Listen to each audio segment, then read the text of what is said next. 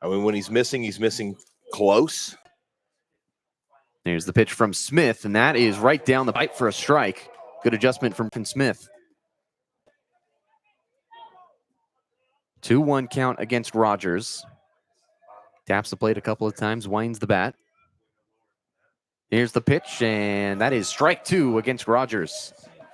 2-2 the count. Griffin Smith started 2-0 and then double strikes back to back. Rogers and Smith going at it. 2-2 count. Here's the pitch. That is low, and Cresswell does a good job again. Yeah, that was a nice off-speed pitch. I mean, that was there. It was close, just a little bit low. Here's a 3-2 pitch, swung on, fouled off down the left field line, and that goes way out into the parking lot from Daniel Rogers. So the count's still 3-2. For Daniel Rogers, the first batter of the bottom of the second inning. And a strike 3 looking from Rogers. Great pitch from Smith, and the first out of the inning for Washington State. And Andy Nelson will come up for his first at-bat of the game. He had his first 2 hits yesterday of the season, was 0 for 15 coming into the day. And then he got his first hit, which was a double. And then he had another single yesterday. Here's the pitch from Smith. The first one against Nelson is high, and it goes ball 1 to Andy Nelson.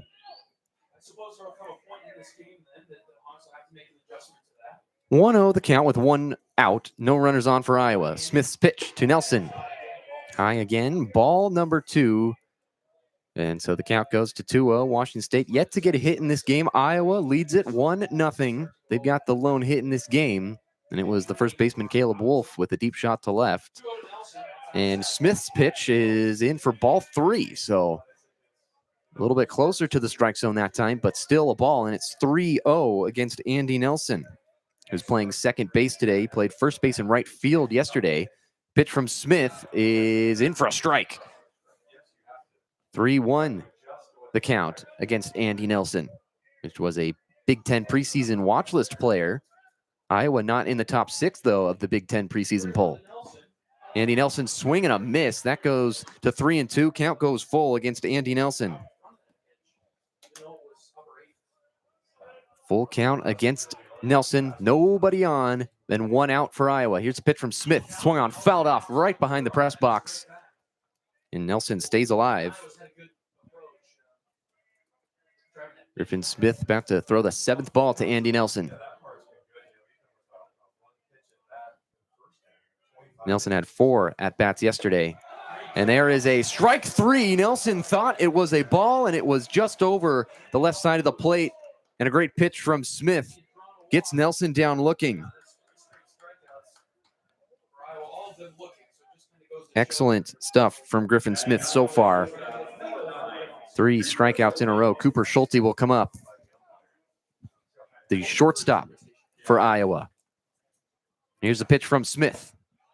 And that's a strike on the first pitch to Schulte. The bottom of the order for Iowa in this bottom of the second inning. Here's Smith pitch. Swung on by Schulte, and that will bounce into left field into the hands of Hartman, and he'll relay it to Roy. But Schulte gets on base with a base hit out towards left field. And a good swing from Schulte. You remember the first go around, it was 2 outs with a runner on base. And then they ended up scoring a run, did Iowa. Now with 2 outs, you got the runner on. Back to the 2-out rally. Yeah, back to the top of the order for Iowa with Ben Wilmis. And Iowa gets a base runner on with their second hit of the game. They're up by 1, and throw back to first base. Schulte is safe.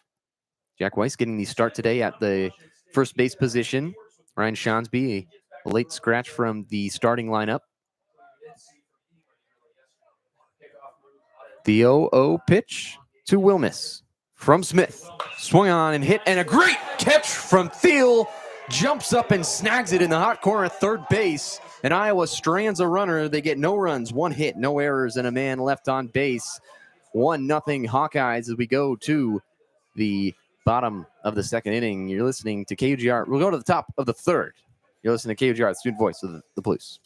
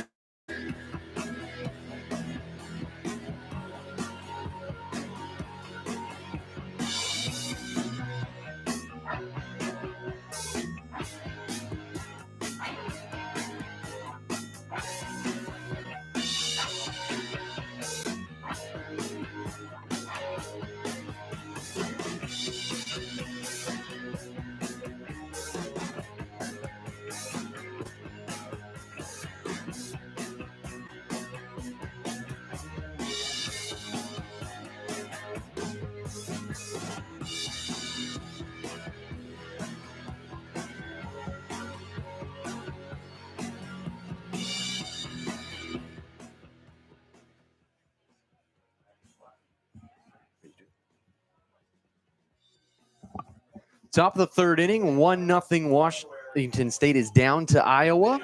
And here's the play-by-play for the third inning with Brandon Chapman. Thanks so much, Davis, and thank you for listening in on this wonderfully sunny, delightful day in Cleburne, Texas, as it's a 1-0 game.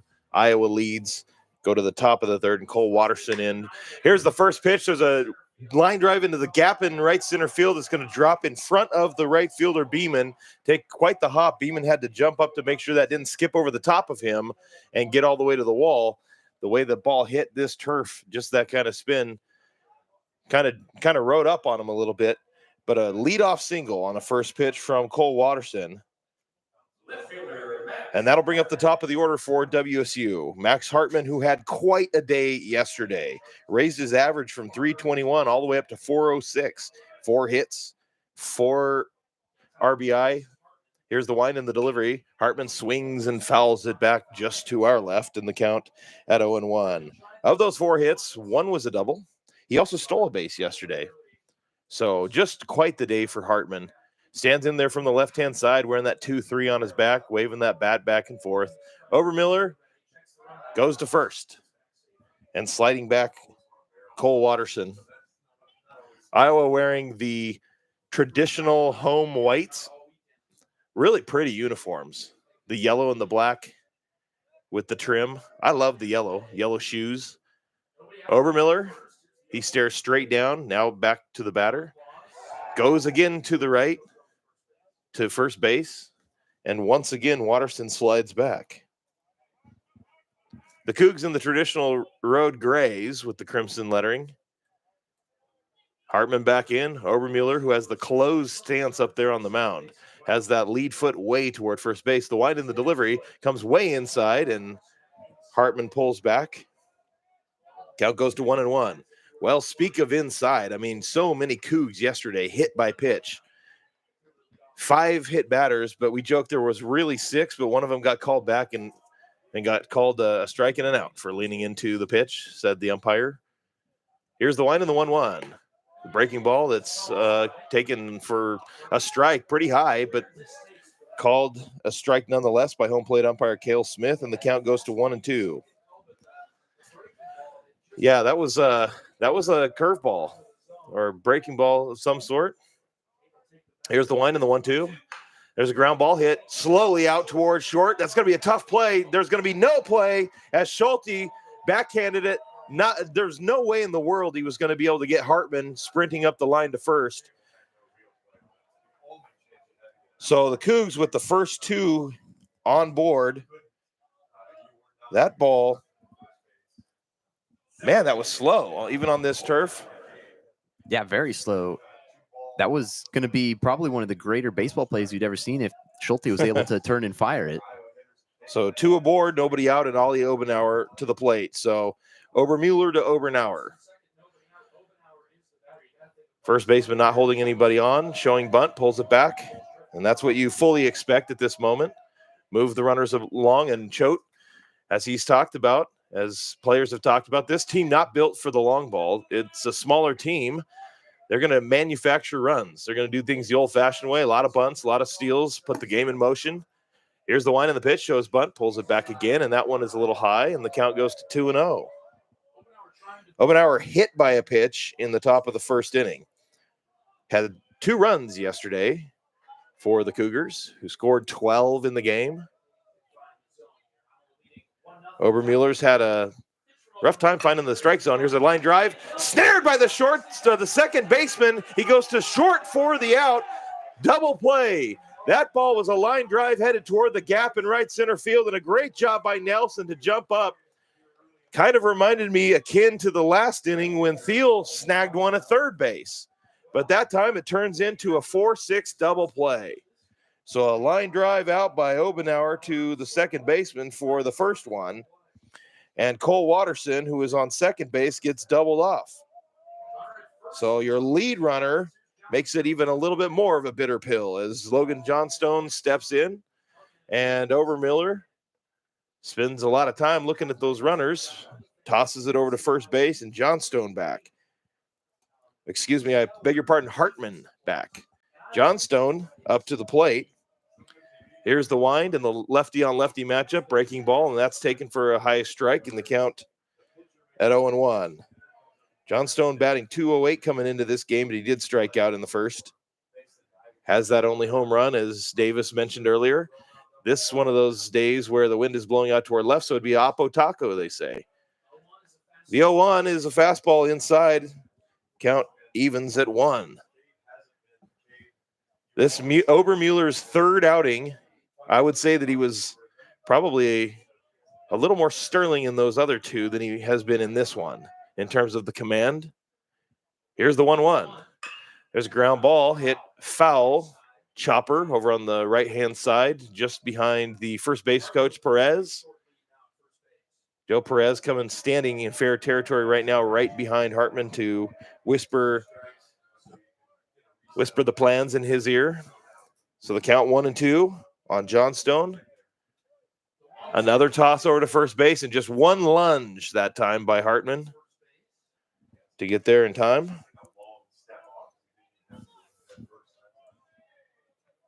So Obermuller again comes set, holds that glove way down about thigh high. Here goes Hartman. The throw is inside. There's going to be no, yes, it is a strike. Late strike called by Cale Smith, and slowly walking back to the dugout, Johnstone. So looked like it was going to be a game in motion, as we mentioned, but strike 3 called on the inside corner. So here in the top of the third inning, no runs. There were 2 hits, no errors, and 1 left on base. We go to the bottom of the third. Iowa leads at 1-0.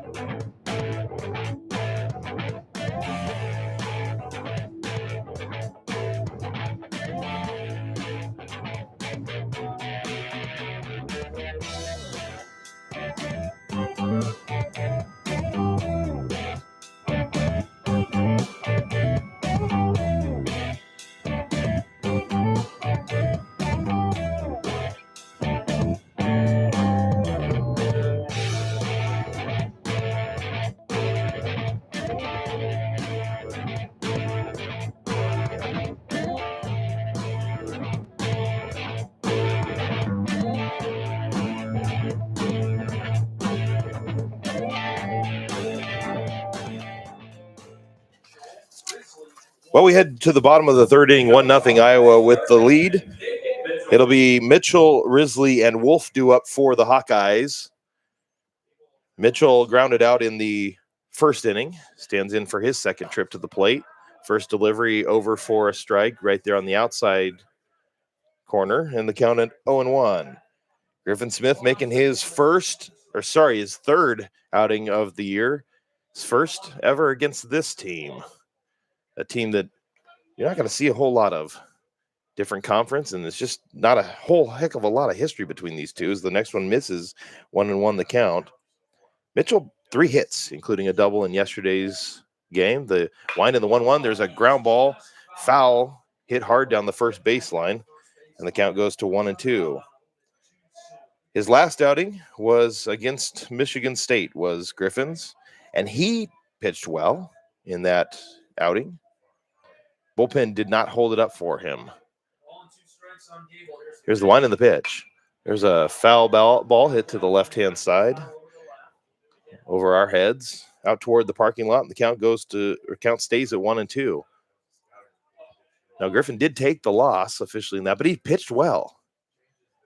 And when I say the bullpen didn't hold it, here's a 1-2, and that's a high foul ball to the right-hand side, right over by those train cars, kind of in between the engine and then the train car that says Pullman on it. So the count stays at 1-2. But when you're trying to get back into a game and you're scratching and clawing offensively and the bullpen's not holding it there, it's like we're never getting our head above water. There's a chopper hit foul on the right-hand side one more time, juts off of the side and out toward the right fielder, Johnstone, who will run over to toss it back. So a big at-bat right now. That's, 3 or 4 fouls now. We've got the 7th pitch coming up to Mitchell. Sunny day here in Cleburne. Flags blowing just to the left field. A little poke to the third baseman. Across the diamond from Thiel, in time for the out. That one right there, Mitchell just kind of reached for it. That would have been ball 2. Mitchell grounds out. First out here in the bottom of the third, and that'll bring up Miles Risley. Risley, the 1 run for Iowa, walked and scored in the first. Had a couple hits yesterday. Came into this one batting an even 400. The wind and the delivery, and there's a fastball for a strike. 0-1 right at the knees. Risley has 1 home run on this season. Here's the wind by Smith. The delivery, it's 1 chop foul, left side. And the count 0-2. Griffin, of course, in the first outing against Arkansas, went 5 shutout innings, only gave up 3 hits, and he struck out 4. Here's the delivery. And a check swing, and the first base umpire, Jeff Minton, says he did go around.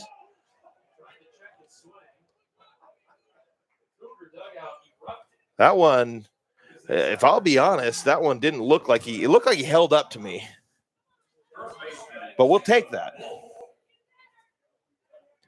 So that'll bring up Caleb Wolf, the sizable left-handed hitter, the first baseman. Hit a double in the bottom of the first. It was his RBI that scored the 1 run. Takes the first one for a ball. 1-0 the count. He's also right on the threshold of hitting 400.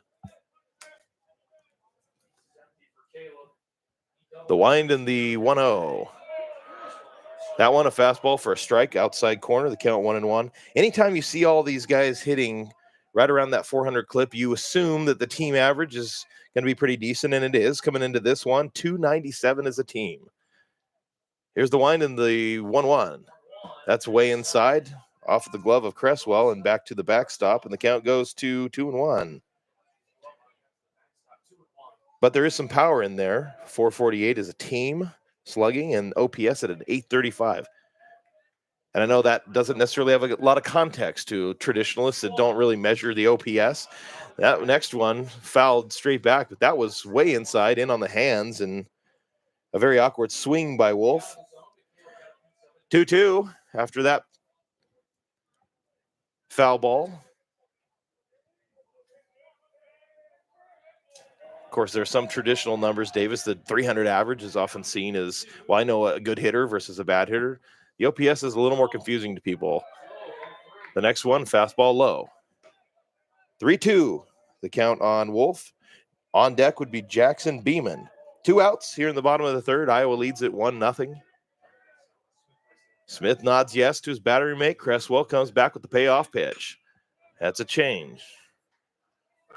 And the ball is fouled off.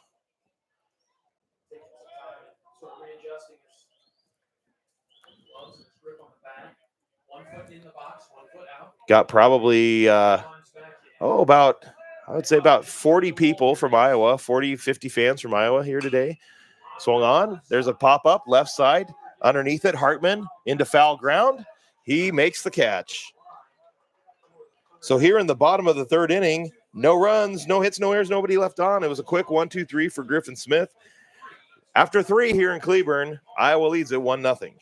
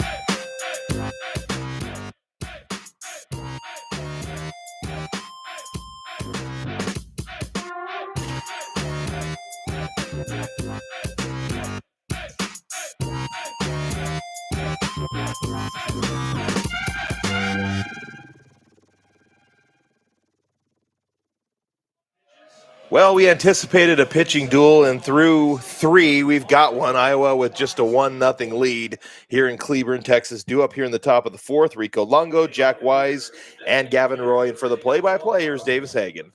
Obermuller has had a really good day so far. No runs so far for Washington State. Just 2 hits on the day. And here's Rico Longo, the designated hitter. 0 for 1 on the day so far. Pitch from Obermuller. Showing bunt. Longo did not get it out in time, and a strike is called. Strike 1 to Longo. Washington State's had a couple of bunt attempts in this game. And so here is the 0-1 pitch from Obermuller to Longo. Swung on and hit way out towards the right field line, and that will bounce fair. And Longo's going to round first, head for second base, and he is going to get in standing up. A stand-up double for Rico Longo. Tips his cap to the dugout for Washington State, and a great hit for Rico Longo in the 3rd hit of the game for Washington State, and they move in front in that category, but still down on the scoreboard, but a lot of momentum after that hit from Rico Longo, and it brings up the first baseman, Jack Weiss, who got the start today in place of Ryan Shonsby, who was a late scratch to the starting lineup. And so here's Weiss. Nobody out for Washington State. The second batter of this inning in the top of the 4th, and he watches that one go by for a ball. Rico Longo standing at second base after that good double. It was probably about 5 feet from going foul, but it bounced just in out at right field. It's 320 feet to the fence, and this is a bunt attempt from Weiss, and it heads towards the third baseline. Mitchell will fire to first, and it is not in time. Weiss is safe, and Longo gets to third base on the bunt attempt, perfectly executed for Washington State, and now they've got runners in the corners and a chance to tie the game with Rico Longo in scoring position, and it brings up the shortstop, Gavin Roy. Roy batting a 143 average coming into this game, 4 of 28 this year. No RBIs yet on the season for Roy, but that could change this at-bat for number 6 in gray.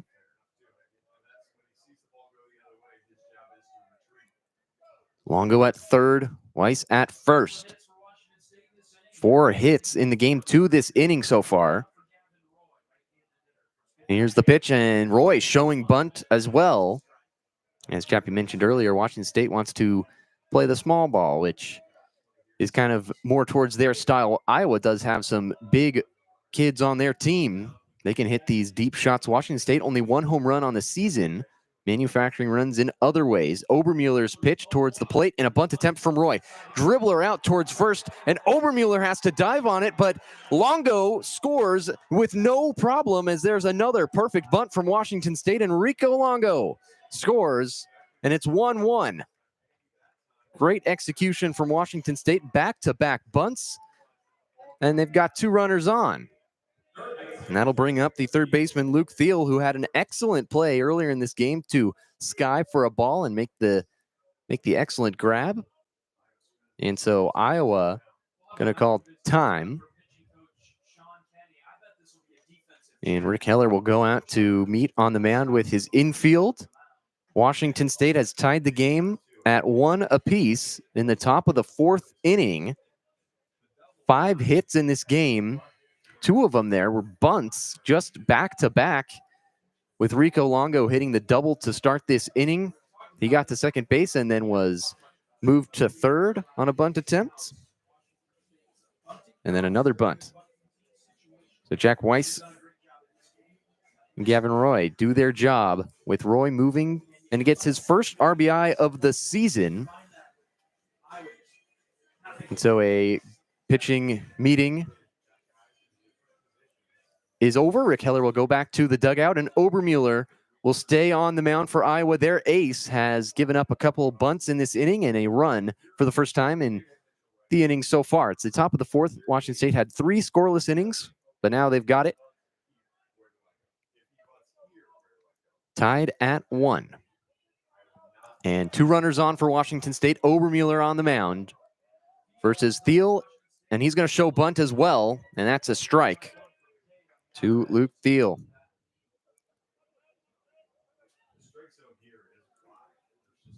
The 0-1 against Thiel with 2 runners on for Washington State. They've tied the game at 1 apiece, and time is going to be called. Thiel will step out. Now he steps in, taps the plate, puts the bat up, and he's ready to go. Obermueller on the 0-1 pitch. Thiel showing bunt, pulled it back, and it's 1-1 against Luke Thiel, the third baseman who got to first base in the top of the second inning with a walk and then got caught stealing. That was the second out of the top of the second inning. Here's the 1-1 pitch from Obermueller. Showing bunt again. Thiel taps it up to Obermueller. First base going to fire to third, and it's wide. And here we go. There, you might be able to score. And they will. Washington State taps the plate. Thiel gets to second base. And Roy gets to third, and Weiss will score. Excellent play from Washington State, and a wild throw from Obermueller to Mitchell at third. It goes past him and into the wall, and an excellent play for Washington State, and they take a 2-1 lead over the Iowa Hawkeyes in the top of the fourth inning. Yeah, that bunt was pretty hard toward the third base side. I don't know. If it's me, I give an infield hit and then the error on the throw, but we'll see how they score that. 3 bunts in a row, has scored 2 runners for Washington State. This brings up Will Cresswell, who will swing at this one and foul it off to the right. With the success they've had in bunting, you think let's just throw Cresswell a bunt. But, you know, I mean, he's a catcher, not necessarily known for his amazing speed. And, you know, that's why they call him Crushwell. Let's let him swing away, which they are. This pitch is in for ball. 1-1 the count. Yeah, perhaps a little high. 2 runners on for Washington State with a 1-run advantage. It's been an excellent inning so far. Swing from Cresswell popped up high. Rogers takes off the mask, heading for it, and he catches it right in front of the face of Obermueller, and nobody moves on the bases for Washington State. And Cresswell flies out in the foul territory for the first out of the top of the fourth inning. Washington State with 3 hits in this inning, and they're all bunts. That was an interesting one where Obermueller went all the way over to the dugout as well, and we almost had a collision between Rogers, the catcher, and Obermueller, the pitcher. If I'm the coach, I'm reminding the pitcher, stay away from that. That's not your ball. That's the catcher's ball. If somebody's going to call off the catcher for any reason, let's let it be between the first baseman and the pitcher. Sorry. Even if you don't have a garbage can for a glove, get out of there. Pitch from Obermueller against Cole Watterson, not caught by Rogers, and it's 1-0 against Watterson with 1 out, 2 runners on for Washington State. The score is 2-1. The Cougars have taken the lead over the Hawkeyes here in the top of the fourth inning. Well, because of the fact that Obermueller just decided to go to third right away, they're going to give a fielder's choice on that one to Thiel. The second pitch is a ball, so 2-0 goes the count.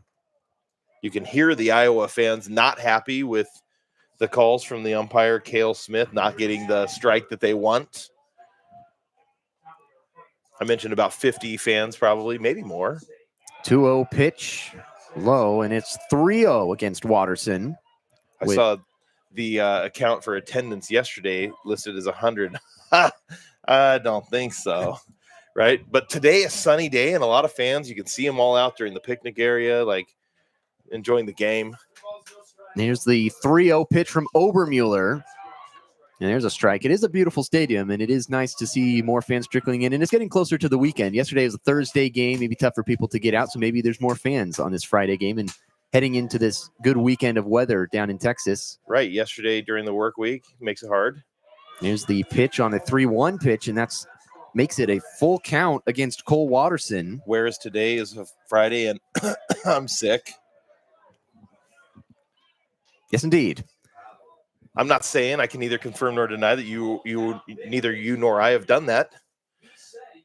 Obermuller pitch to Watterson, fouled third.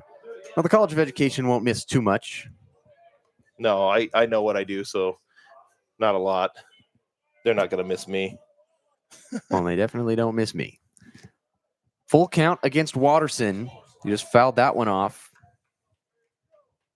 2 runners on for Washington State. Obermuller's pitch, full count, swing and a miss from Watterson. He wanted all of that, but he didn't get contact, and it's 2 outs. He goes down swinging, and it'll bring up the top of the order with Max Hartman, who had 4 RBIs yesterday. So this is the guy you want if you're Washington State with 2 runners on. 3 hits in this inning so far. They've all been bunts. Hartman has been a lethal bunter so far. Started the game with a bunt. He got thrown out, though. 2 on, 2 outs. Pitch inside against Hartman. That's ball 1. Cade Obermuller, again, drafted by the Rangers. He's a very capable pitcher. His dad is the director of player development at the Iowa Center. Hartman with a blast out towards the gap in right field, and it's caught by the center fielder over in the gap, and that will end the inning. Miles Risley gets over there and catches it, and he leaves 2 runners stranded. So two runs score, 3 hits in the inning, no errors for Washington State, and they get 2 men left on base. And we will go to the bottom of the 4th inning with Washington State up 2-1. You're listening to KOGR, the student voice of the Palouse.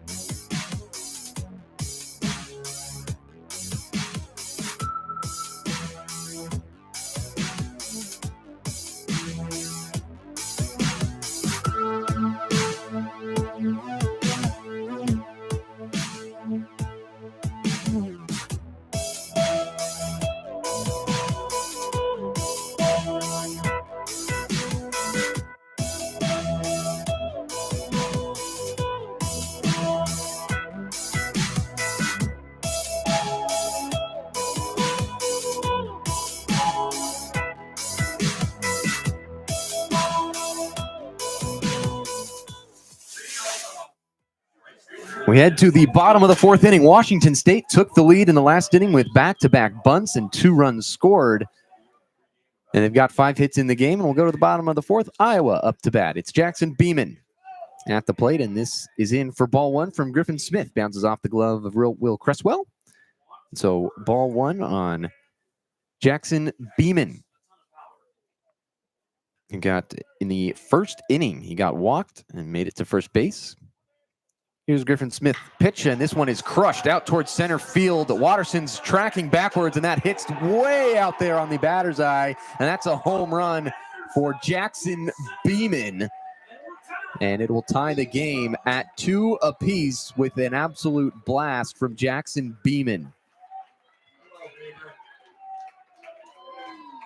It is 405 feet to center field, and that one would have gone way out if it wasn't for that batter's eye in center field.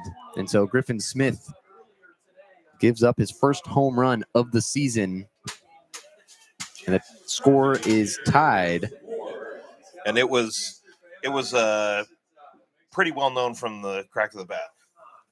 It's a good looking hit. Here's Reese Moore up to bat. pitch from Smith is in for a strike. I say crack when it could be ping, except they don't really ping anymore, the way they're made. Smith's pitch to Moore, a little bit high, and the count goes 1-1 against Reese Moore. So Iowa starts off this inning with a home run from Jackson Beeman, which ties the game at 2 apiece. Swing and a miss from Moore on the pitch from Smith, and the count goes to 1-2 against Reese Moore. Designated hitter today, as I mentioned earlier. He was the catcher yesterday. Reese Moore struck out looking in the first inning. Here's the pitch from Smith, and he watches this one go by. That's a ball. It's a little bit high. 2-2 the count against Reese Moore. No outs for Washington State. Nobody on for Iowa. Here's the pitch from Smith on a 2-2. Swung on, fouled off, and it cranks off the back metal part of this stadium. And a couple of dents up there, as I'm sure that's not the first time that's happened. No. Yeah, you could count them all. I mean, there's dozens. Just the history of the stadium at Cleburne, Texas.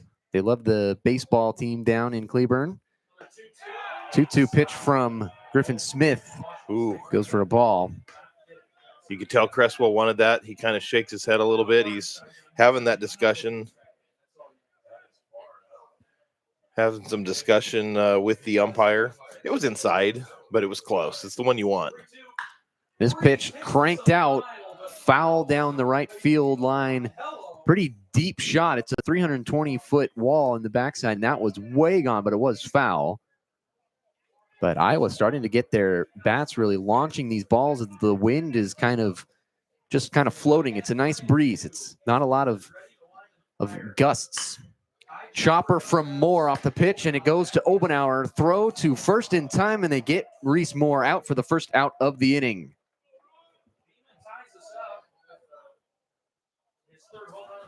Well, that's what you want. I mean, after giving up the long ball, Griffin needs to come back and just get the quick out. Get it out, get back on, on the horse, so to speak.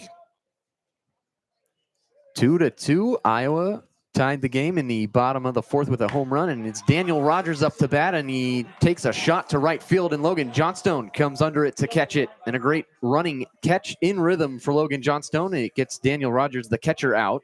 Yeah, that was just a screaming line drive toward right field, and the only question is, does it hang up long enough? And it did.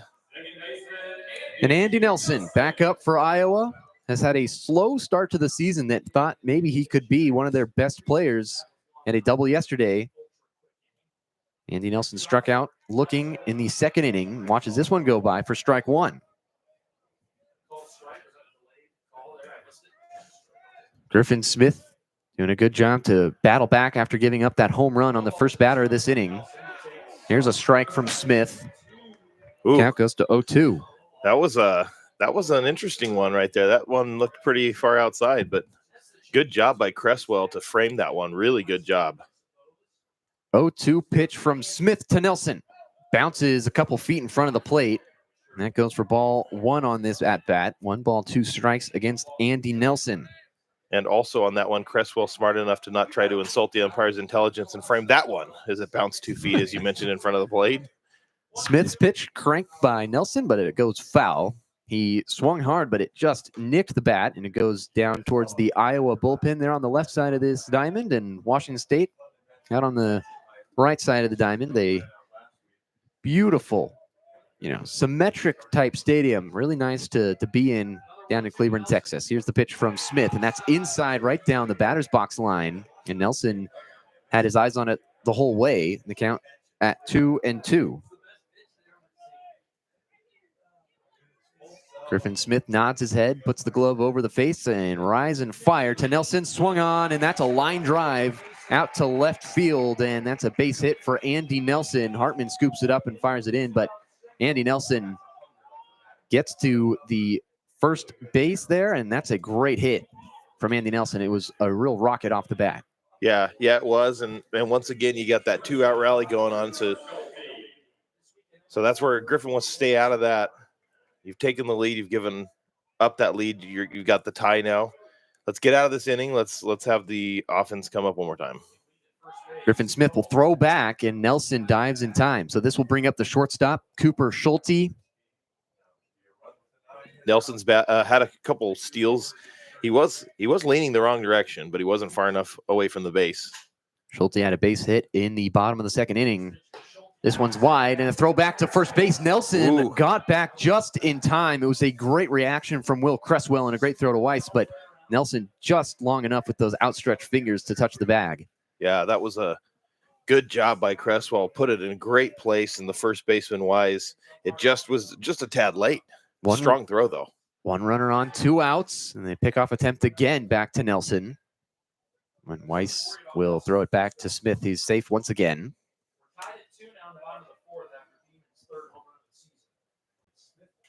1-0 pitch from Smith to Schulte. Here it comes, and Nelson's trying to steal. Cresswell throw is in time, and they get Nelson out. Great throw from Cresswell to get him out. Excellent play from the catcher, and that'll end the inning.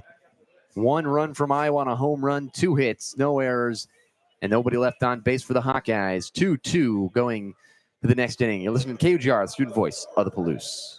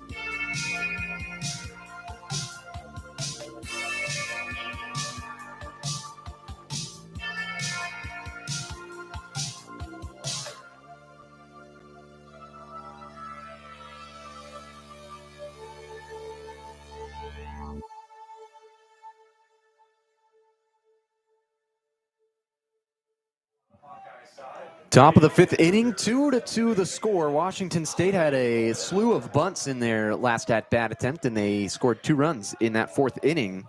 3 bunts in a row, and what do you think they're going to do in this inning here? I was going to say, how many bunts? A slew of bunts. Yes. Obermuller's pitch to Obenauer is inside for ball 1 against Ollie Obenauer, the second baseman for Washington State. Had a nice day so far. On the defensive side of things, a couple of good ground outs, and he swings and misses at that pitch from Obermuller, and that count goes to 1-1. The freshman Ollie Obenauer has had a good season so far for Washington State, just coming in as a true freshman. 1-1 the count against Obenauer. Obermuller's pitch, and a shown bunt right back to Obermuller, and he throws it to first base, and it's in time. Wolf makes the catch, and Obenauer is out. Yeah, I'm not sure he meant to bunt that right back to the pitcher. In the first out of the inning, we'll bring up Logan Johnstone, the right fielder, and then do up is Longo and Weiss after that. With 1 out against Washington State, the game tied at 2 apiece. 5 hits for Washington State, just 4 for the Iowa Hawkeyes in this game. Obermuller's pitch to Johnstone, a chopper out towards first base. Wolf pitches it back to Obermuller, and he makes the tag in time, and Johnstone's out. 2 outs in the inning. That'll bring up Rico Longo, who scored. He's got the inning started in the 4th with a bunt, and then made his way to home after the back-to-back bunts from Washington State. And here he is again. The righty versus a lefty. Obermueller, left-handed on the mound. Longo, right-handed in the box. Here's a pitch from Obermueller. That's strike one against Longo. Top of the fifth inning, tie game at 2 apiece. Much lower scoring than yesterday. It was a high-scoring affair between these two. It was 12-7 final score. A bunt shown from Longo, taps his bat, and it goes foul behind him. 0-2 count against Rico Longo. Obermueller has thrown 66 pitches so far today. Made it all the way to the top of the fifth inning. Here's the pitch from Obermueller against Longo, and it's fouled off down the right side. Staying alive. First 2 pitches were a strike, and then he fouled that one off. Taps the bat a couple of times, gets ready for the 4th pitch of this at-bat against Obermueller. Nobody on for Washington State, 2 outs. Here's the pitch from Obermueller, and it's a strikeout looking, and so a quick inning, 3 up, 3 down for Washington State. No runs, no hits, no errors, nobody left on base. And we go to the bottom of the 5th inning. You're listening to KOGR, the student voice of the Palouse.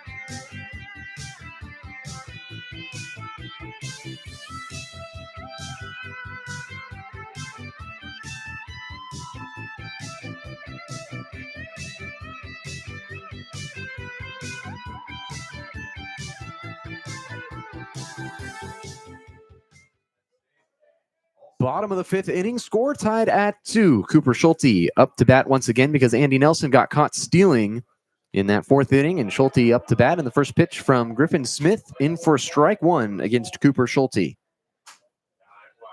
Yeah, just a couple pitches thrown to him before Andy Nelson took off, and Cresswell made the great throw to second base.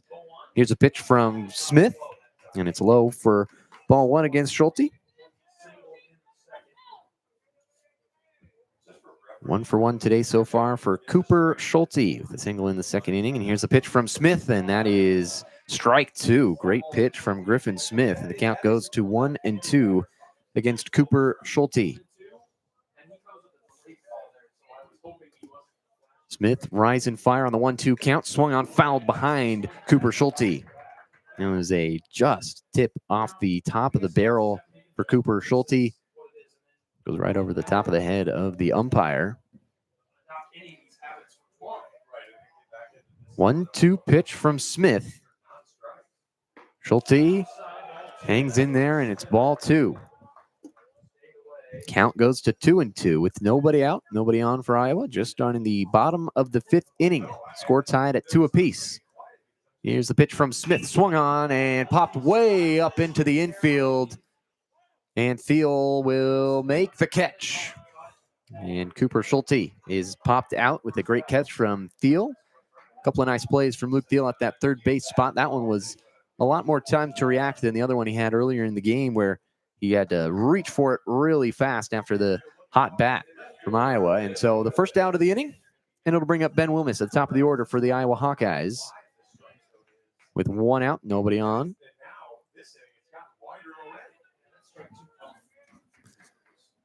Griffin Smith, the wind and the pitch. Wilmus showed bunt and pulled it back, and that's strike one.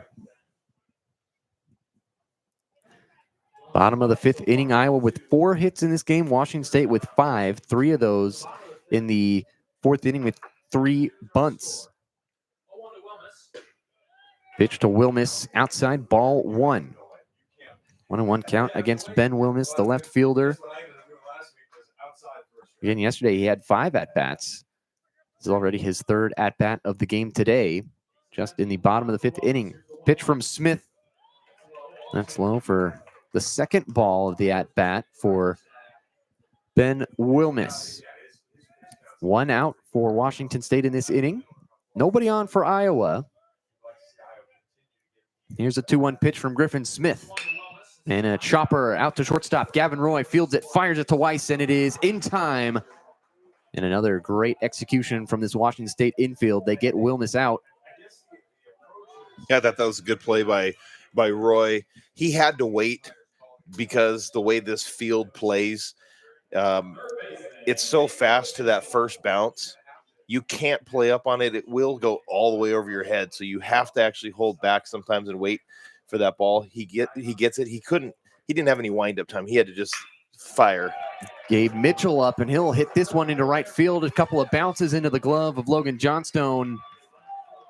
And the first pitch of the at-bat for Gable Mitchell is a base hit out to right field. Another 2-out hit. Once again, just not being able to execute when the inning is nearly done. He wasted no time either. It was like he stepped in there, boom, it was a pitch and base knock. 1 runner on for Iowa with 2 outs. Score tied at 2. They're up to 5 hits in the game. Smith will fire back, and Mitchell is safe and in time. Mitchell has stolen 3 bases. He's been caught once. Yet to pitch to Risley. Here's the first pitch from Smith. Swung on and missed by Risley. And the count goes to 0-1 against the center fielder.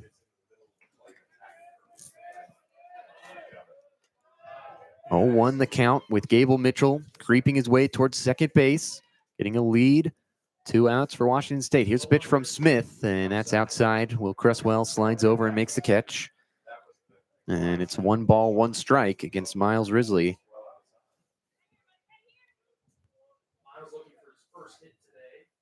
Two the score here in the bottom of the 5th inning. Much quicker pace in this game than it was yesterday. Throw back to first from Smith to Weiss, and he's safe once again.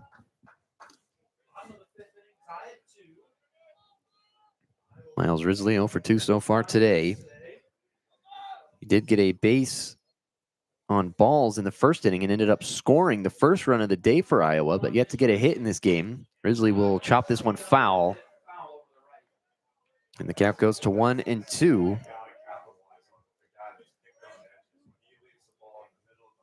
Umpire holds up the strike count, and now Smith will step to the mound with the ball in his right hand. Gable Mitchell creeps towards second base. Smith will fire back to first base, and Mitchell's there in time, and it's a routine play for Gable Mitchell, just waiting to see the rotation of the pitcher and then lunges back towards first base.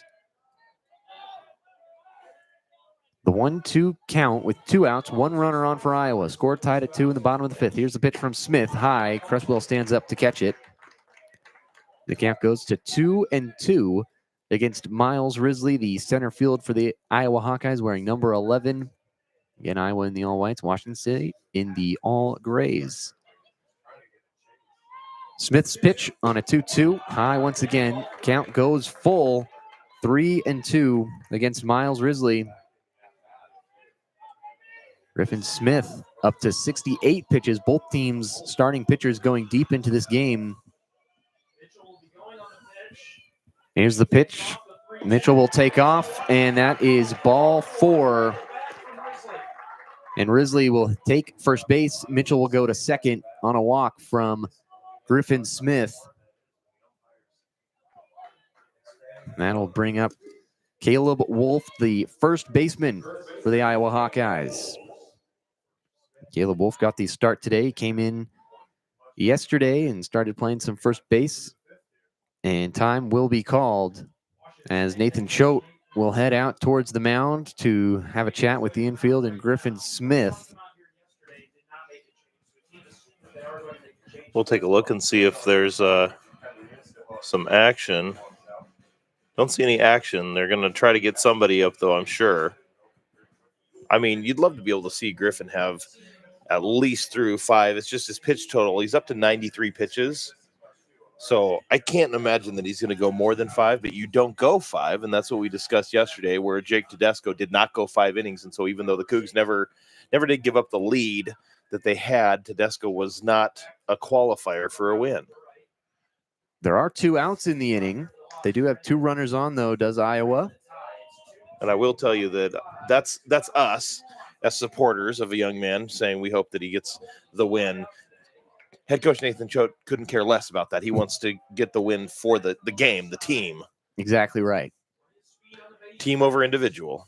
And here's a pitch from Smith to Wolf. Swung on and chopped right back up towards Smith, and it goes into center field. And Mitchell's going to round third, head for home, and he will score. And Iowa takes the 3-2 lead on a base hit from Caleb Wolf.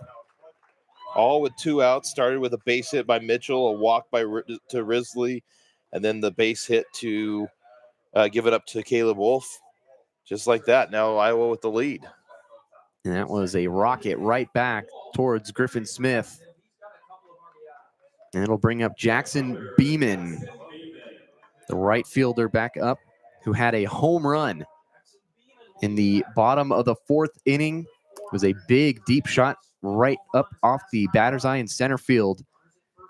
2 outs, runners at first and second for Iowa. The pitch is outside for ball 1.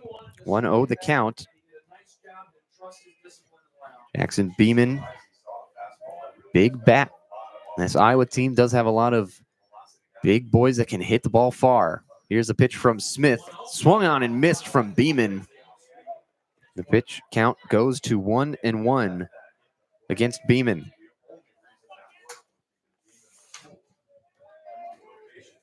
Two outs for the Hawkeyes with 2 runners on.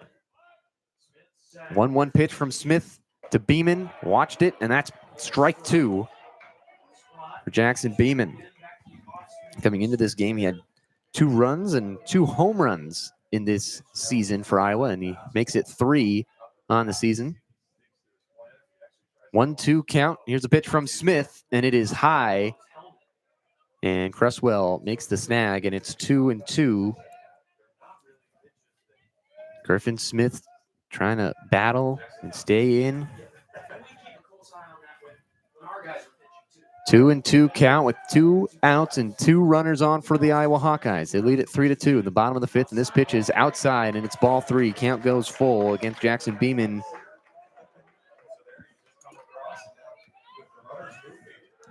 And we'll see if there's action in the bullpen for the Washington State Cougars. We do have somebody out there.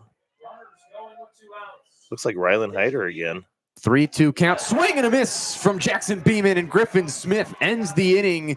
The Iowa Hawkeyes take the lead 3-2 with an RBI and a great inning from the Iowa Hawkeyes. They got a walk from Risley. They get 1 run, 1 hit, no errors, and they leave 2 runners on base. We'll go to the 6th inning. You're listening to KUGR, the student voice of the Palouse.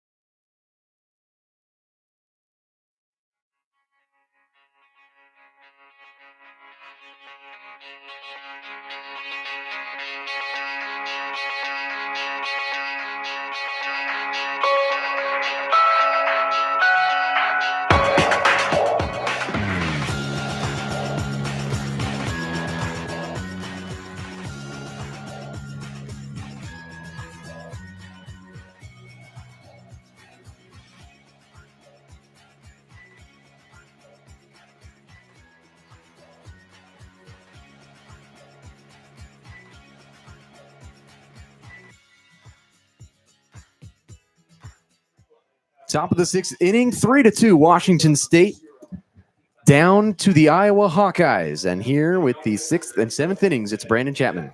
I appreciate it, Davis. Jack Wise, Gavin Roy, and Luke Thiel do up for Washington State, and Obermueller still out there on the hill for the Hawkeyes. You know, we talked about Griffin Smith. Would his day be done? Obermueller still got a lot of life there. He's only pitched 69 pitches. First one here of the top of the 6th inning. It's a sweeping slider in the count 0-1 as Wise swings through this one. Wise was on board there in the 4th with a bunt single, one of that slew of bunts as Davis talked about. The next one, a fastball swung on a foul back in the count 0-2. Wise struck out in the 1st inning. And by the way, after he got on board and in that slew of bunts, came around to score. 3-2, Iowa with the lead. Obermueller comes set. Here's the 2-strike delivery. There's a breaking ball and just a little bit low outside, and the count goes to 1-2. Cougs scored both of their runs in the top of the 4th inning. Hawkeye scored 1 in the 1st, 1 in the 4th, 1 in the 5th. That being the one run to help them take the lead. The next delivery, there's a fly ball hit out to right field. It's going to be deep. It's going to be over the head of Beeman and all the way to the wall. So here goes Weiss rounding second. He's going to go to third. The throw in is late, and Weiss comes up with a triple. Hopped all over that one, and it got over the head of Beeman all the way to the wall. I didn't think there was any way in the world he was going to round second, but he did, and he stands in there with a leadoff triple. Oh, mercy. What a knock by Weiss. So Cougs have the tying run on here at third. A long fly ball could score a run. Gavin Roy will step up to the plate for the Cougs. Obermueller, the one in the pitch. Swing and a miss. Fastball sits low 90s to mid 90s. I'm told that he can get it up there in the high 90s if needed. But, of course, in a game like this, early season, you don't want to see your guy with any potential of injury throwing as hard as that. Right now, the Cougs are going to take one of their offensive timeouts here. Gavin Roy going over and talking to Nathan Choate about halfway between the dugout and home plate. So Gavin Roy will come back to the plate. Bats from the right-hand side. Count 0-1 on Roy.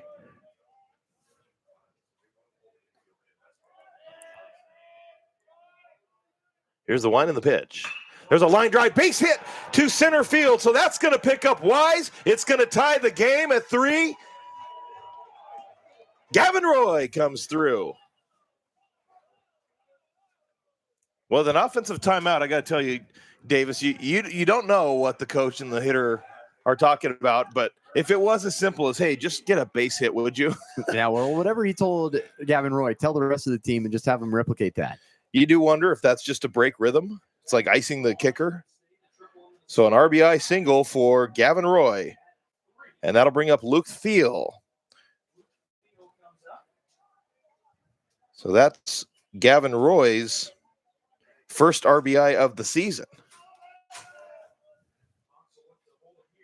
Obermueller showing bunt. The bunt is down by Thiel, right to the first baseman. One play, Wolf goes to the bag himself, but on the play, good sack bunt.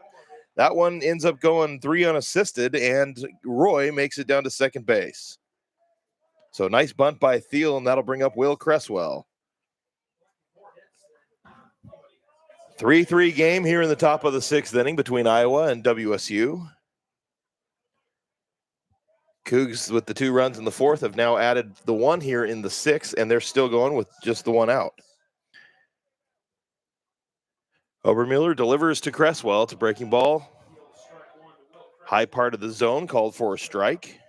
Count 0-1. Strikeout by Cresswell in the 2nd.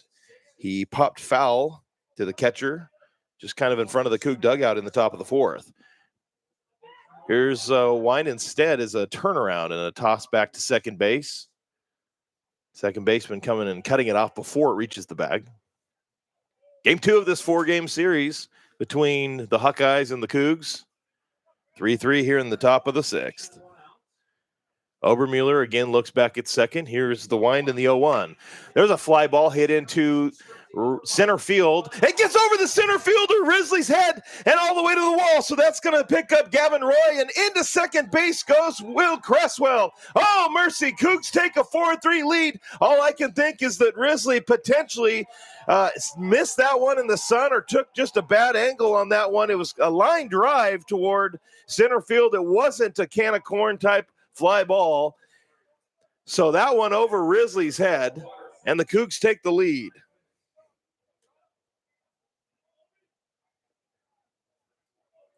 Multiple great hits in this inning, a lot of them just flying off the bats. They've been really going, and whatever Coach Joe's telling these guys, something's working right. So they're going to give Cresswell the double. Double and an RBI. First pitch popped up behind the plate. No play for the catcher, Rogers. Count 0-1. So 2 runs in with 1 out here in the top of the 6th inning. 4-3. Washington State with the lead. Anthony Watts warming up for Iowa out in the bullpen. Here's Obermueller. The delivery swung on and missed by Watterson, and the count 2 strikes.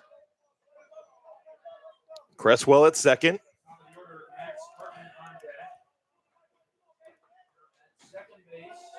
Watterson a threat to bunt, of course, like anyone else. Here's the wind and the pitch, but not with 2 strikes. So we saw the infield come back in the corners, and then they headed back out. They always, less than 2 strikes, have to assume that that's something that Washington State could do. Here's Obermueller, the 1-2. That's way outside with the fastball, and the count evens at 2. But a beautiful day. We're starting to see that shade creep in from left, going out toward the mound. It has not reached the foul line yet, the third base foul line, but it will shortly. 2-2, here's the delivery. That's right down Broadway. Fastball for a strike. I think Watterson was thinking it was a little bit high. So a slow walk back to the dugout. And we're back to the top of the order for WSU. 2 on, 2 out. Top of the 6th inning, Cougars lead at 4-3. It's Cresswell at second. Here's Obermueller. Quick check. The wind and the pitch. Swung on a rope down the third baseline right toward the dugout for Iowa. Sends people ducking behind that screen. That was a rocket off the bat of Hartman. Yeah, that'd take your head off. Of course, with the left-handed batting Hartman, it's that third base dugout that's the dangerous one. Iowa on the third base side, Cougs on the first base side. The wind in the 0-1. There's a ground ball chopper hit up the middle. Schulte waits, throws to first in time for the out. But not before the Cougs end up getting a couple runs on 3 hits and 1 left on base. We go to the bottom of the 6th inning. Cougars lead it 4-3.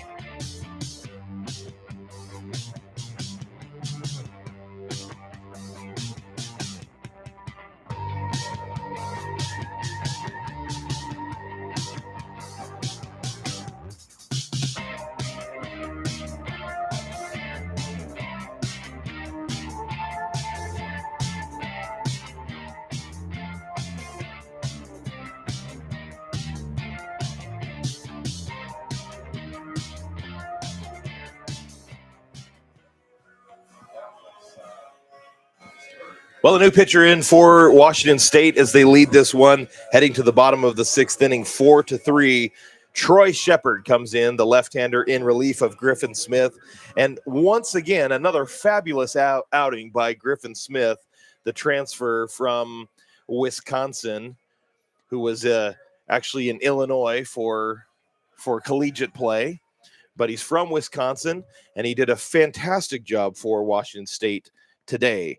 But he will be relieved by Troy Shepard. We'll give you more of the numbers on Griffin Smith as we go here in the bottom of the 6th inning. Reese Moore, Daniel Rogers, and Andy Nelson due up for Iowa.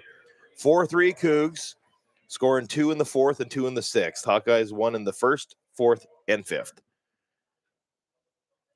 Here's the wind and the pitch from Shepard. The fastball outside, ball 1, 1-0 the count. Shepard making his 4th appearance of the year. Got a 6.75 ERA. He's thrown 6 2/3, has given up 9 hits, 6 runs, 5 earned, 4 strikeouts against 3 walks.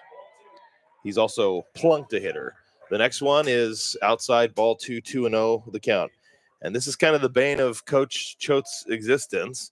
He talked about needing to throw strikes, players who are throwing strikes in practice, but then in game situations struggling with that. Here's the 2-0. And there's a strike called on the outside corner, a fastball. 2-1.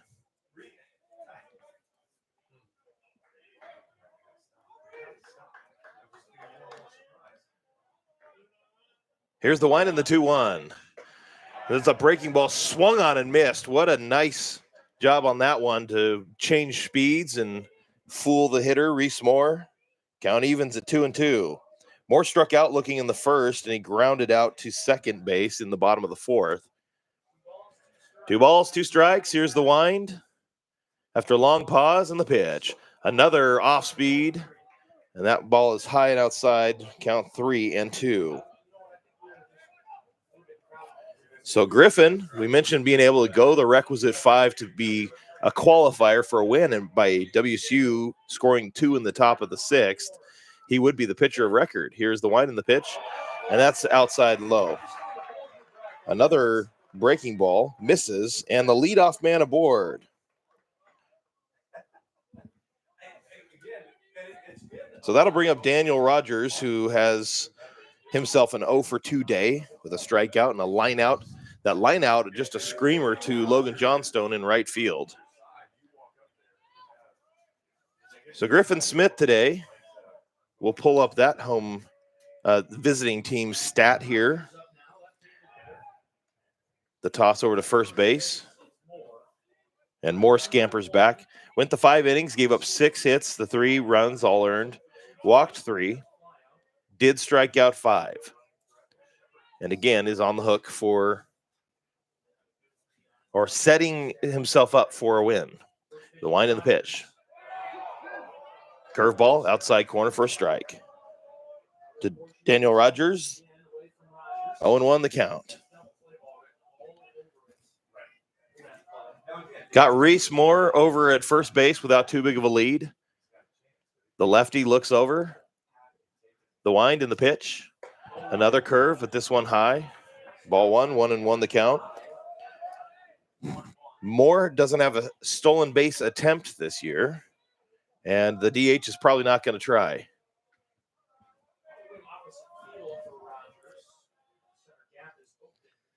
Deep breath by Shepard, the wind in the pitch.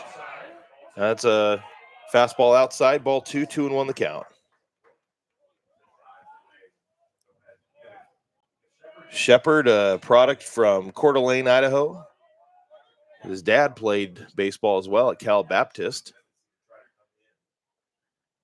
Look at first. Here's the throw over, just to keep him honest. And the runner, Reese Moore, gets back.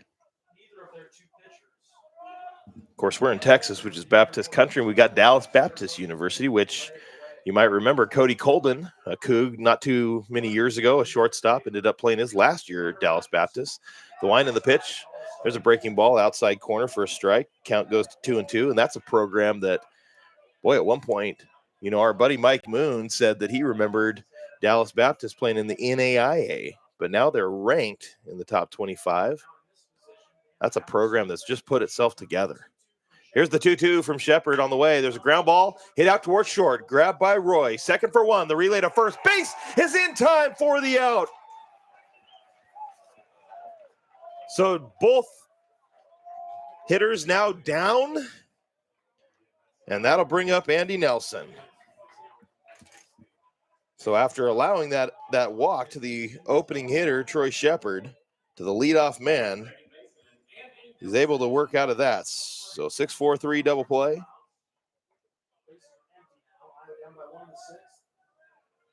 And that'll bring up Andy Nelson, as mentioned. Cougs lead 4-3. The wind in the pitch. That's a late strike call on the breaking ball, and the count goes to 0-1. 1 for 2 today by Nelson. He singled to left field in the bottom of the fourth inning. He was caught stealing on just an absolute dart thrown by Cresswell down to second base. The 0-1 is outside and high. 1-1 the count.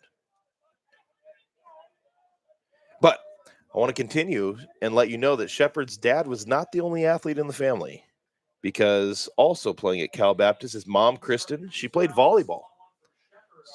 So it comes from an athletic family, a family of athletes. As the 1-1 misses inside, 2-1 the count. Last 3 seasons pitched at Spokane Falls.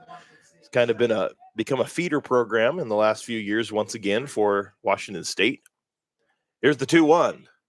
There's a line drive foul just to the left of third base. And the count goes 2-2. But last year was an all NWAC selection. It was 8-2. Struck out 109 in 82 innings pitched. I know for a long time we'd get some players at Washington State that would come from like Lewis Clark State College. Nearby recruiting, there's some good athletes in the Inland Northwest. The 2-2, there's a little nubber hit foul down the third base side over toward the dugout. And the count remains. I see what you're doing. Okay. I'm on to you now. Sabotage your chair later on. There's a long story behind this inside joke. It's baseball. We might have time to tell it. The 2-2. Strike 3 called. Breaking ball in the outside corner. Nelson, a long time to turn and walk back to the dugout. But oh, mercy, Troy Shepard comes in, and after the inauspicious start, walking the first hitter, gets the double play ball, gets the strikeout of Nelson, and we head to the top of the 7th inning. Cougs lead 4-3. You're listening to KUGR, student voice of the Palouse.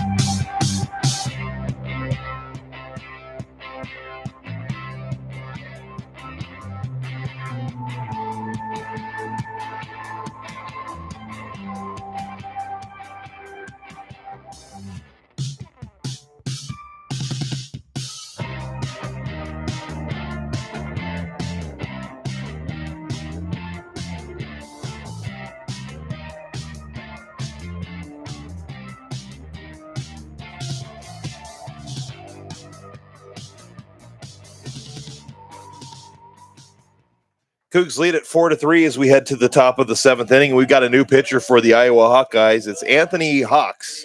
Sorry, the Hawkeyes, not the Watts Eyes. Anthony Watts of the Hawkeyes, young man from Clive, Iowa. Big 6'4", right-handed pitcher, on in relief for Cade Obermueller. The wind in his first delivery comes to Ollie Obenauer, and it's high ball 1-0 the count. Johnstone will be after Obenauer, and then Rico Longo is in the hole. Here's the wind and the 1-0 from Watts. There's a ground ball, one hopper, just foul. Past Mitchell a third, and the count at 1-1. Watts making his third appearance of the season. He's 0-1 with a 7.71 ERA. He's thrown 4 2/3, and he's given up 3 hits, 4 walks. He has struck out 6. The next delivery is a little high, ball 2, 2-1 the count. Obenauer's been hit by a pitch. He also grounded out on a bunt right back to the pitcher. Not the kind of bunt that he'd want. The 2-1 is over for a strike, 2-2 the count. Also a line out to the second baseman in the top of the third. Last season, Watts made 21 appearances, but that included 3 starts on the mound. Those 3 starts. A big one for Watts. Next one, swing and a miss. Down goes Obenauer, 1 away here in the top of the 7th inning. And overall was quite good. Had a 3.18 ERA for the season, which was the second lowest on the team. But we mentioned the strikeouts. He struck out 58 batters in 45 1/3. So, I mean, you can figure out what his strikeout ratio is. Pretty darn good. Here's the wind and the pitch. Showing bunt, pulling it back. Logan Johnstone taking it low. Ball 1. The appeal was made down to the third base umpire, Sal Giacomontonio. Here's showing bunt again. Lays it down the third baseline, but as soon as it goes foul, picked up by Mitchell. And the count goes 1-1. In those games that Watts started, the Hawkeyes went 3-0.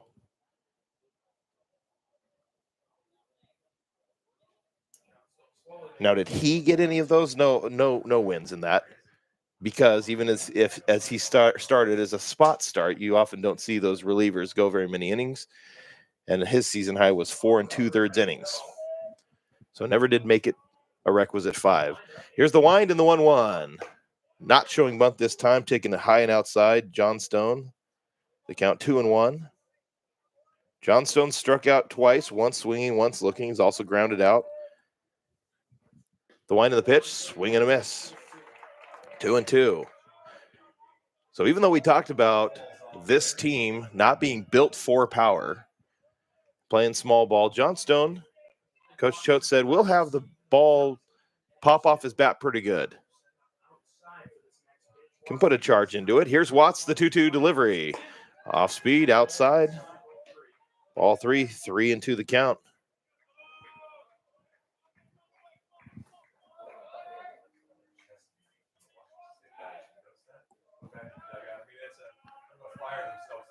Here's the 3-2, the payoff pitch. Swung on and fouled.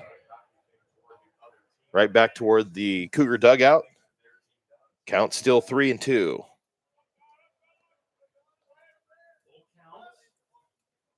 Watts has been primarily a middle relief type this season in those 2 outings. He pitched 2 innings at South Florida, 2 2/3 against Notre Dame.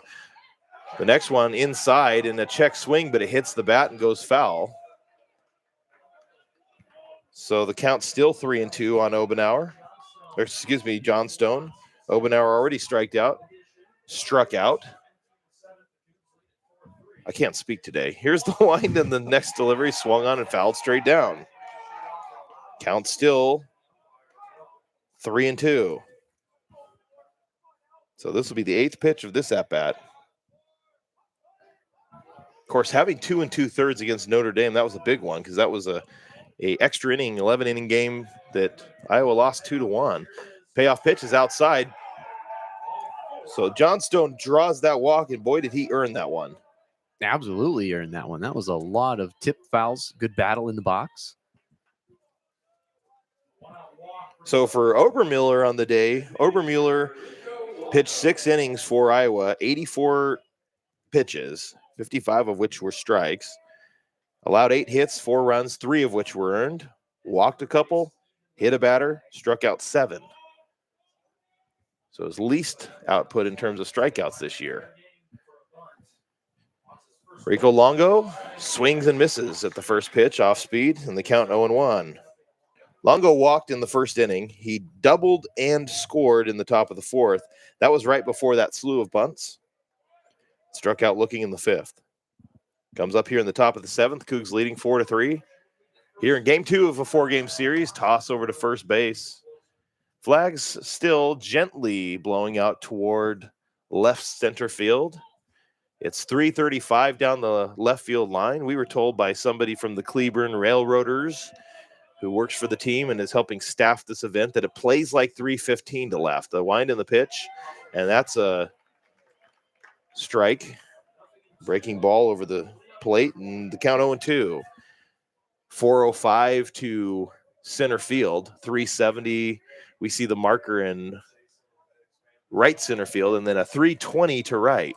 I asked about right field. He said, no, not really, but left field is where the jet stream goes. The next one is a line drive, base hit to left field. So John Stone gets to second base. Rico Longo sat back on the off-speed pitch, base hit to left field. So 2 on board here with 1 down. And the Cougs 1-run lead, 4-3, top of the 7th, and Jack Wise will come up. And we got a pinch hitter. So pinch hitter with Ryan Shonsby. He was the late scratch in this one. He was in the starting lineup. And just to torment us, after our scorebook was all filled out, it was a last-minute thing. Hey, by the way, last-minute change. So we had to do that. We used the old eraser and moved some stuff around. No big deal. No blood, no foul, right? And, of course, in moments like that, you worry, geez, I hope he's not sick. But here he is. He's pinch hitting now with 2 runners aboard. Could use a blast from Shonsby right here. The wind in the pitch. And that's over for a strike. Kind of looked like a 2-seamer almost.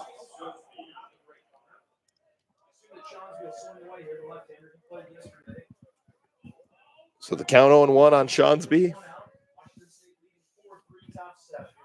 Here's the wind in the pitch. Swing and a miss. Big swing by Shonsby. Shonsby, a big left-handed hitter. 0-2 the count. So Jack Wise's day is done, as Shonsby will also go in and play first base. Here's the wind, the 2-strike. It's fastball high.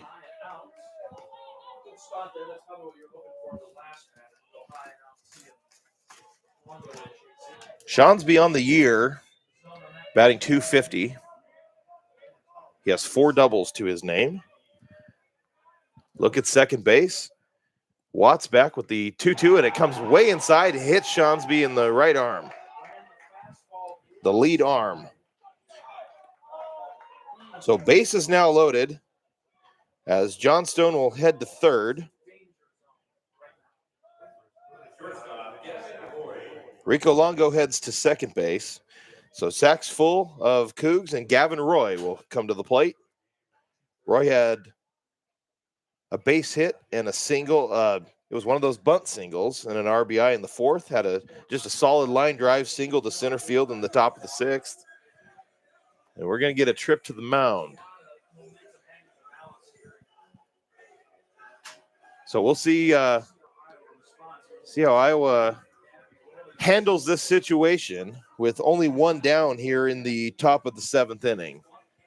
We'll take a quick moment to thank the folks in Cleburne for just their hospitality. The Railroaders have done a good job. The Railroaders, the independent ball team, it's hard to say what level that would be, the American Association, because as an independent team, you get all kinds of skill levels, people that effectively are hanging on and maybe almost that AA level or maybe even a AAA type quality player, but maybe they're at an age where major league affiliate. A major league doesn't want to have them at an affiliate, taking up some roster spot. The wind of the pitch is high. Ball 1 to Gavin Roy. So those are the instances where they play in an independent league, such as the Cleveland Railroaders. The American Association that has so much history. The wind and the pitch. And that one inside corner for a strike, 1-1 the count. I told you, Davis, though, Sundays are kind of like the day. It's a day game, early morning game. I talk a lot of history, and that might be one of those days where I talk a lot of history about the American Association. I just wax romantic about baseball. Bases full, top of the 7th, 1-1 to Gavin Roy. Fastball misses high and outside, and the count at 2-1. Cougars lead at 4-3, but they're threatening here in the top of the 7th inning. Sacks jammed. Timeout called by umpire. He's getting a new baseball. Umpire mandated that one.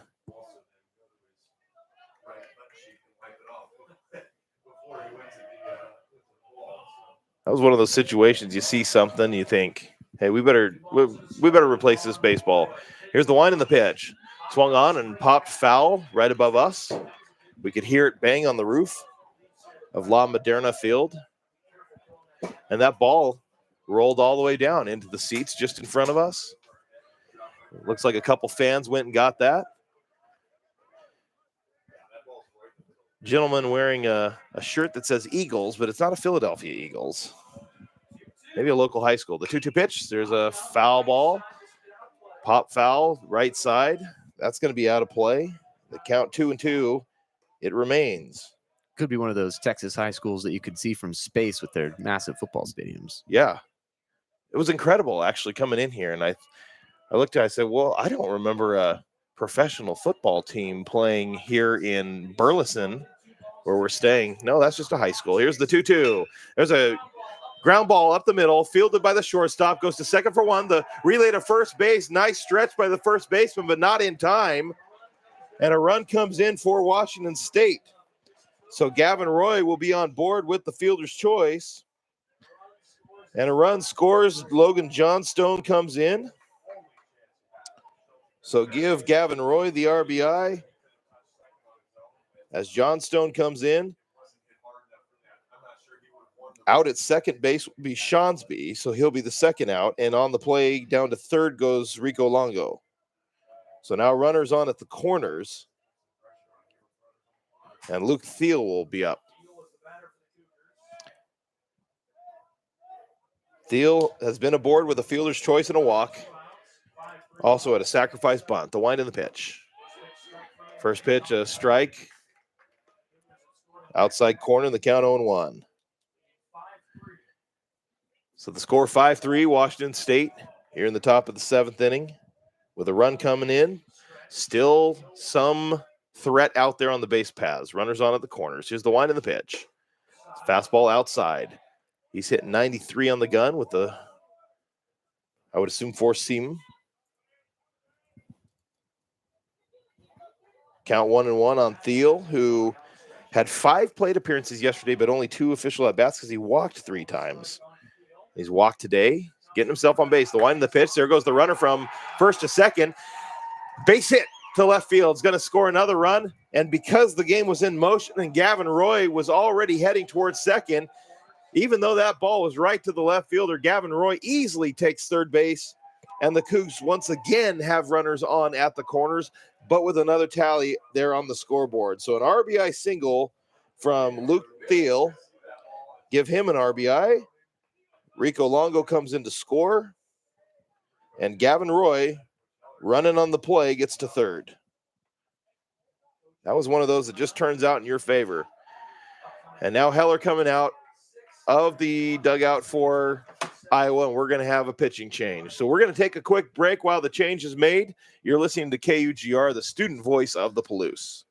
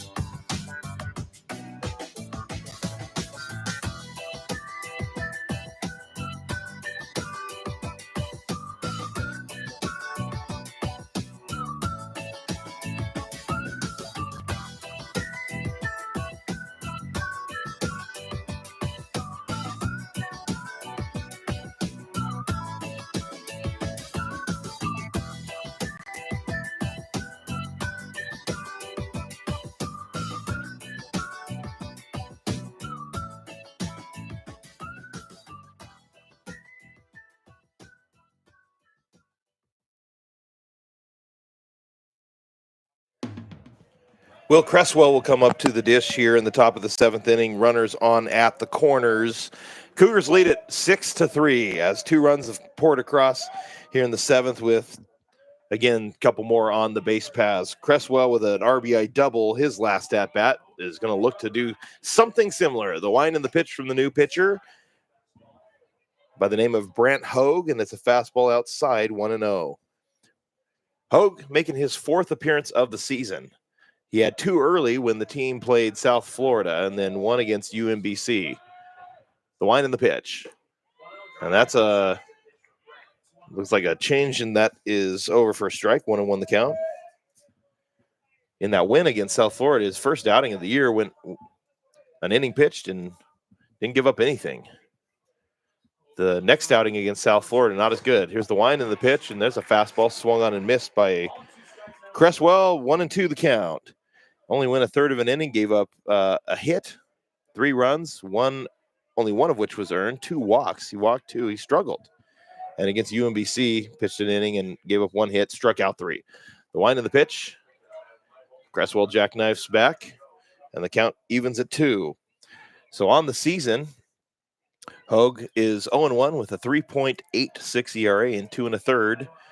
2 hits, 3 runs, the 1 earned, 2 walks, and 5 strikeouts. The wind and the pitch. There's a ground ball chopper hit to the left side, fielded by Mitchell, throws to first base in time for the out. Nice play by Mitchell, who had to range to his left to get that, and he makes the play.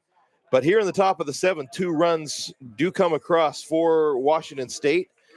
The Cougs now lead it by a score of 6-3. We'll be right back.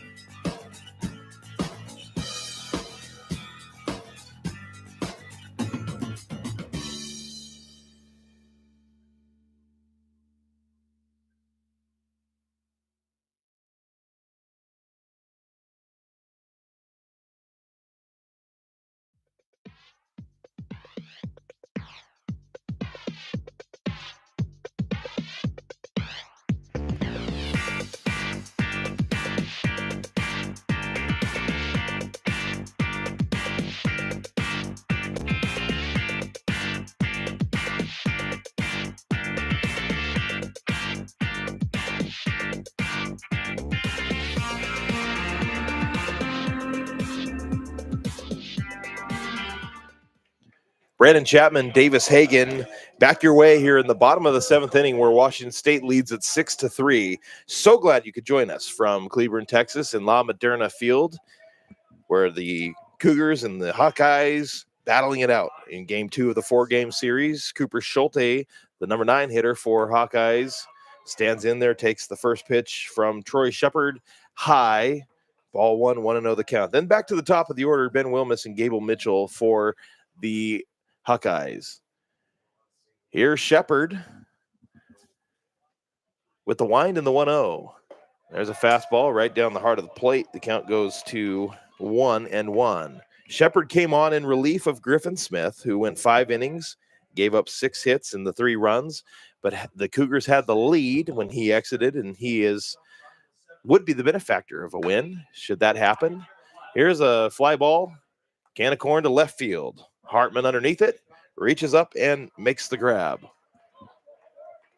So 1 out here in the bottom of the 7th.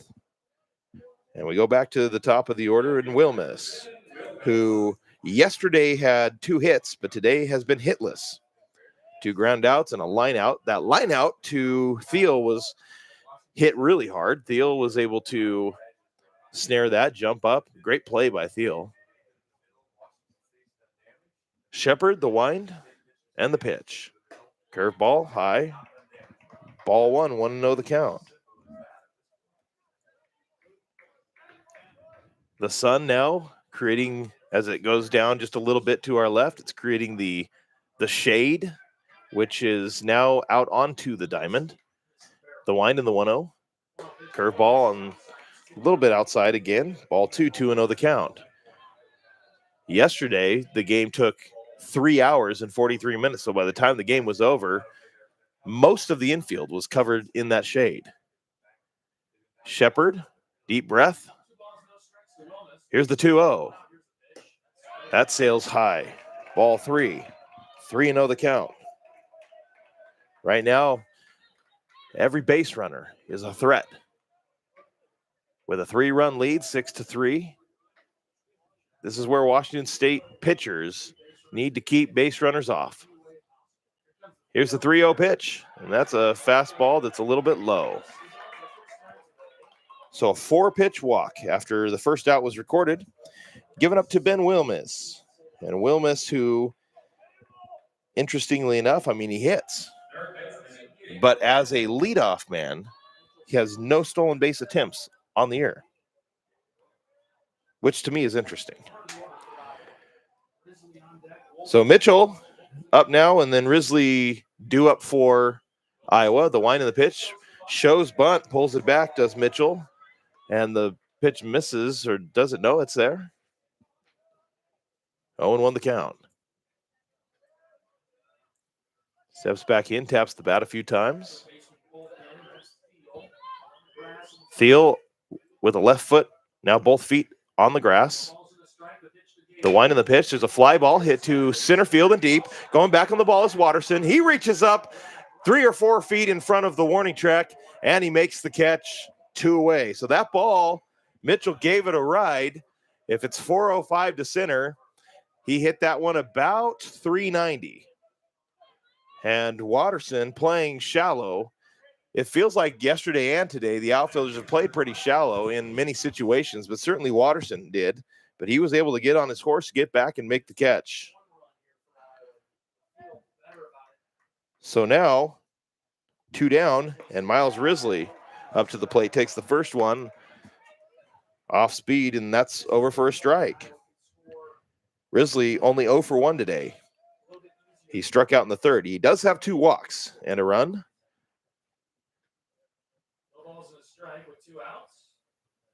Two down. The pitch to Risley. And that's blown outside. Ball 1. 1-1 the count. So with 2 down and the runner on at first base, back to normal distance is Thiel.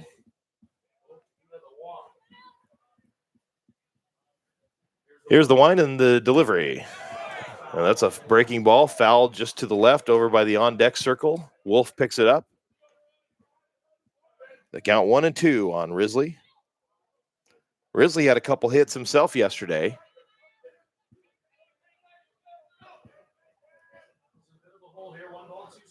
One and two the count. Lefty with the 1-2. That one's high, fastball.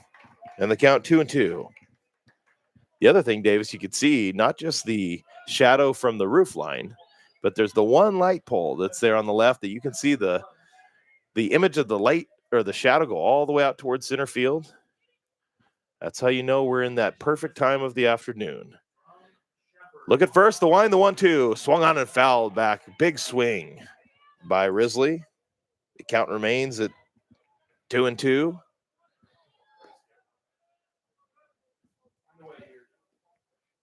Troy Shepard came on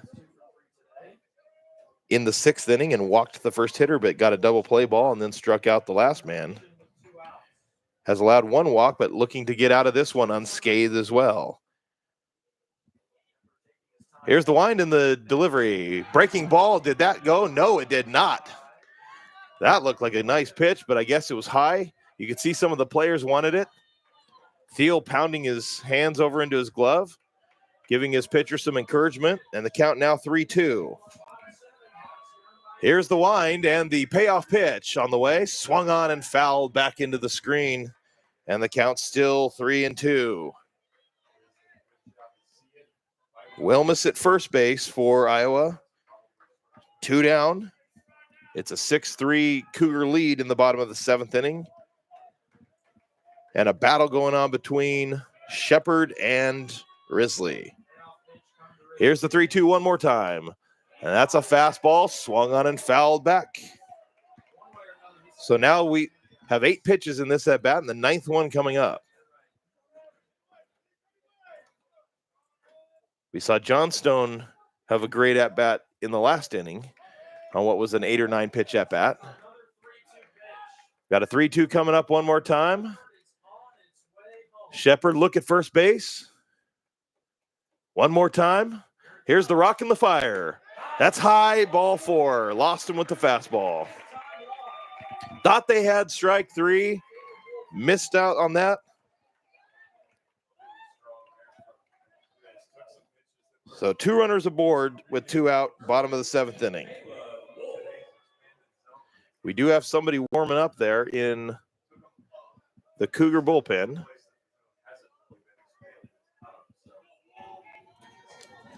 Looks like it's Luke Myers warming up in the pen for Washington State.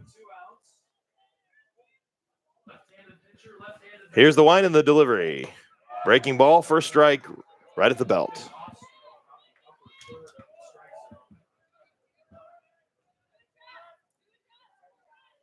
Count 0-1 on Wolf, who has 2 hits today.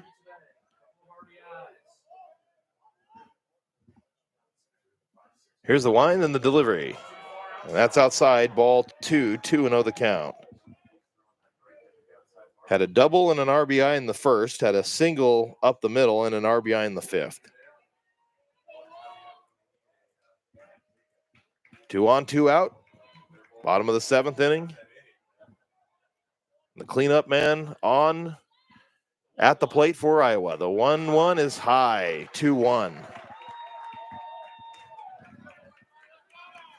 Davis, this is where they had him. They had him. You thought he had strike 3, but you got to come back. You got to throw that away and throw strikes. 2-1. The count on Wolf. Shepard, the wind and the delivery. Breaking ball, there's a ground ball. Ripped just foul. That started fair, and before it reached the bag, just barely went to the foul side. That was just as close as you could get. I will tell you, this isn't one of those where you get 2 runs, all of them coming around to score because of the direction of that. That ball is probably coming right out to the back out to a fielder. But even better than that is maybe a punch out. The count's 2-2. Shepard. The wind and the pitch. There's a ground ball poke up the middle and through for a base hit. So that will score 1 in Wilmus. Up with the ball as Watterson gets it back up, and Caleb Wolf, who just kind of reaches out for that, your cleanup man with the power, instead just a tiny little poke right up the middle for a base hit. It still counts. That was just a roll up the middle, and we're going to have a change. So that'll be it for Troy Shepard. His day is done, as it does indeed look like Luke Myers coming in from the bullpen. So we'll take a quick break. You're listening to KUGR, your student voice at the Palouse.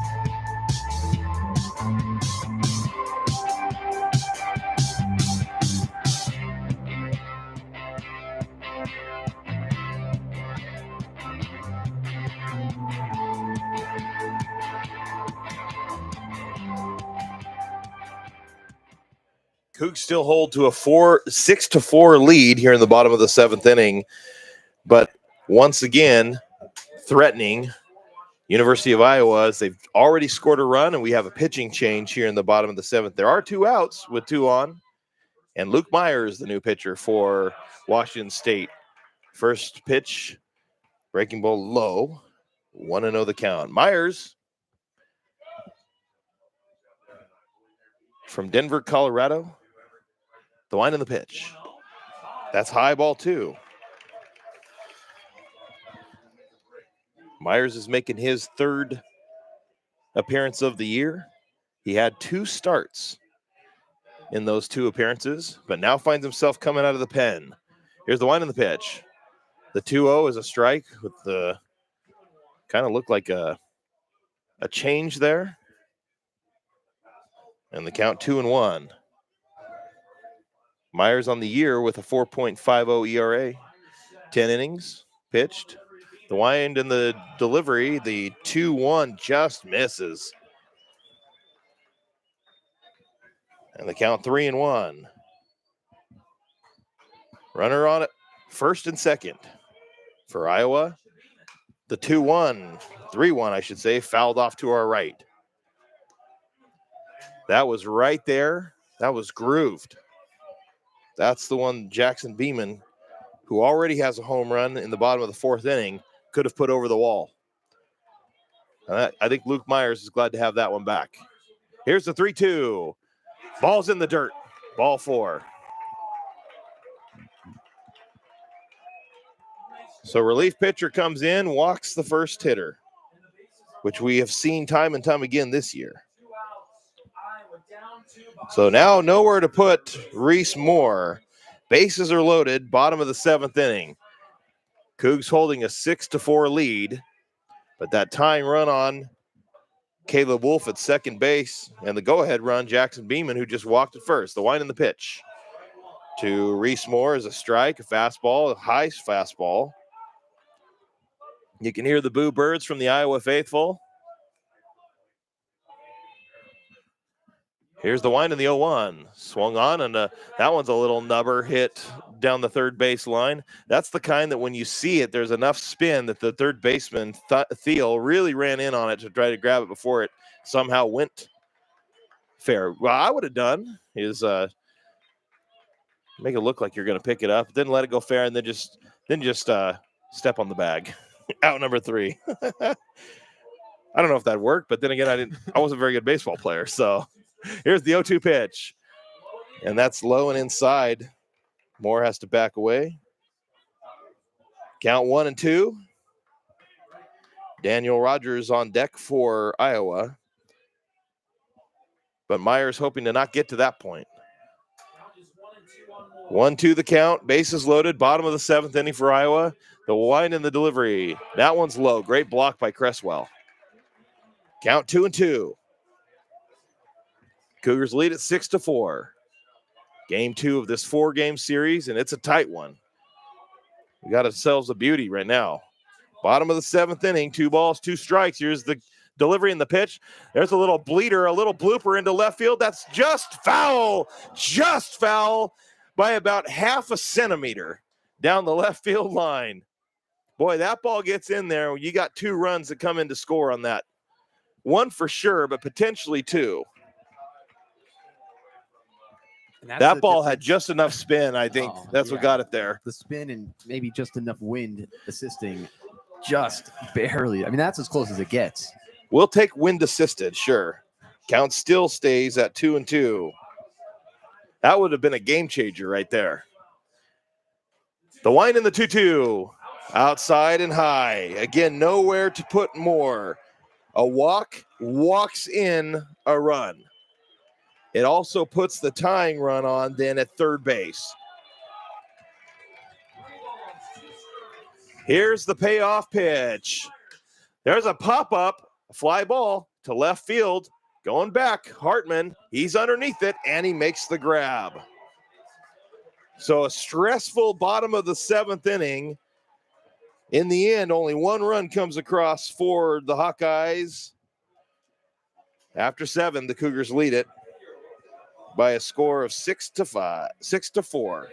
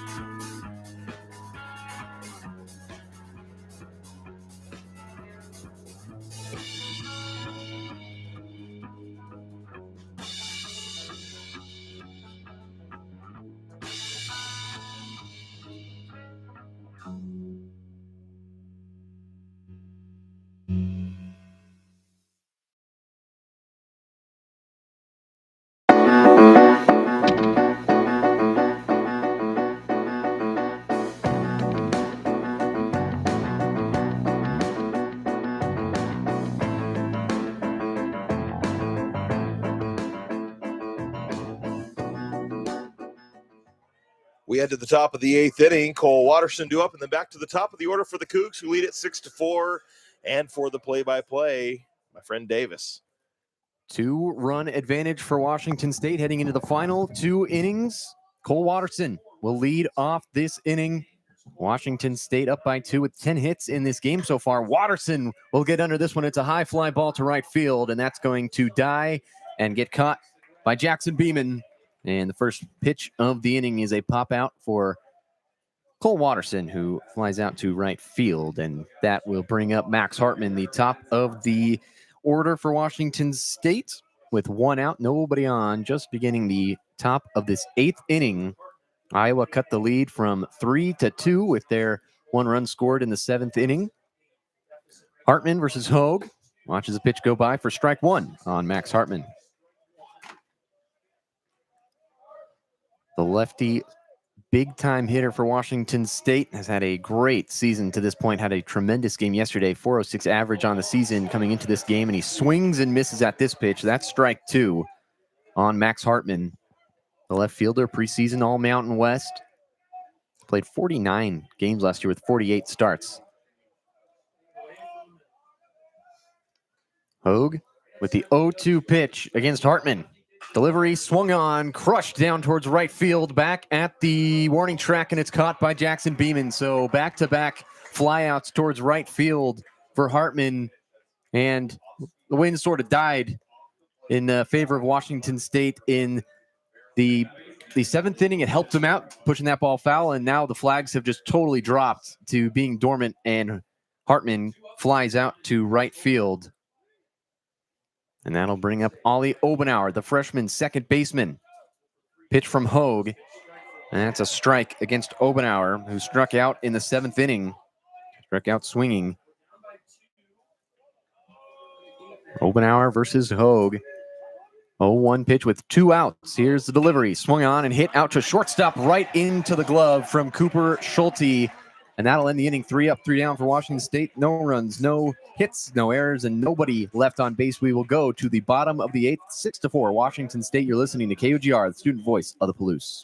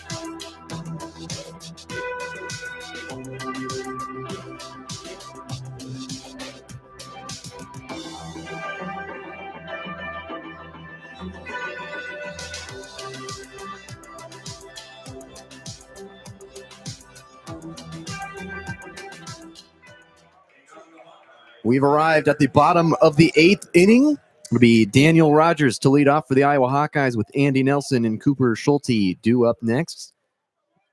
6-4. Cougars have the lead against the Hawkeyes, but the last time I was up to bat, they pushed in a run. Luke Myers' first pitch against Rogers is outside for ball 1 against the catcher, Daniel Rogers. Luke Myers came in, did a good job in the 7th inning. Here's the pitch to Rogers, and that's a strike.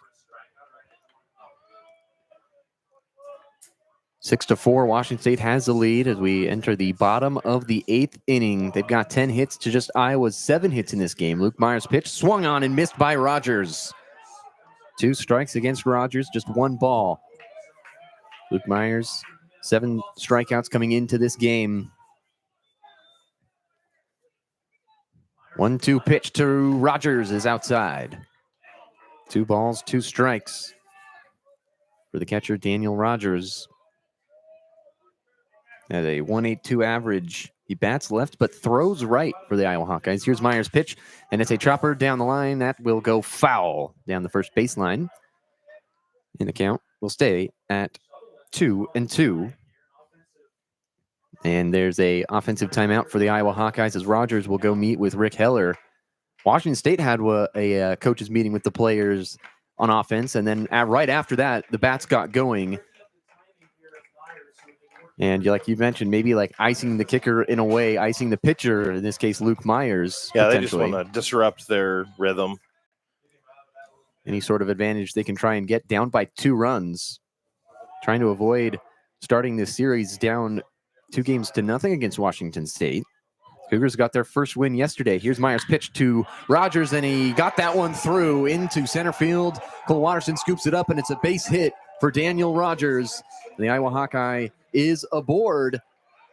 And apparently all the coaches just need to have a little meeting with every player because the first pitch after the meeting is a base hit, almost identical to what happened earlier in the game with Washington State. Yeah, it's kind of funny how that happens. Baseball's a funny game. Baseball is hilarious. Like it's hilarious, ironic, and haha hilarious. Very much so, yeah. Myers' pitch to Andy Nelson up to bat for the Iowa Hawkeyes, and he watches that one go by. It's a ball. But it is funny because you do the same thing over and over again, and all of a sudden, both teams just kind of copy each other. There's a strike from Luke Myers. 1-1 the count. Helps when it's really, really nice day in Texas for both these teams that don't really want to be playing in the cold conditions in Iowa and Washington. 1-1 pitch from Luke Myers to Andy Nelson. Rise and fire, and there's strike 2.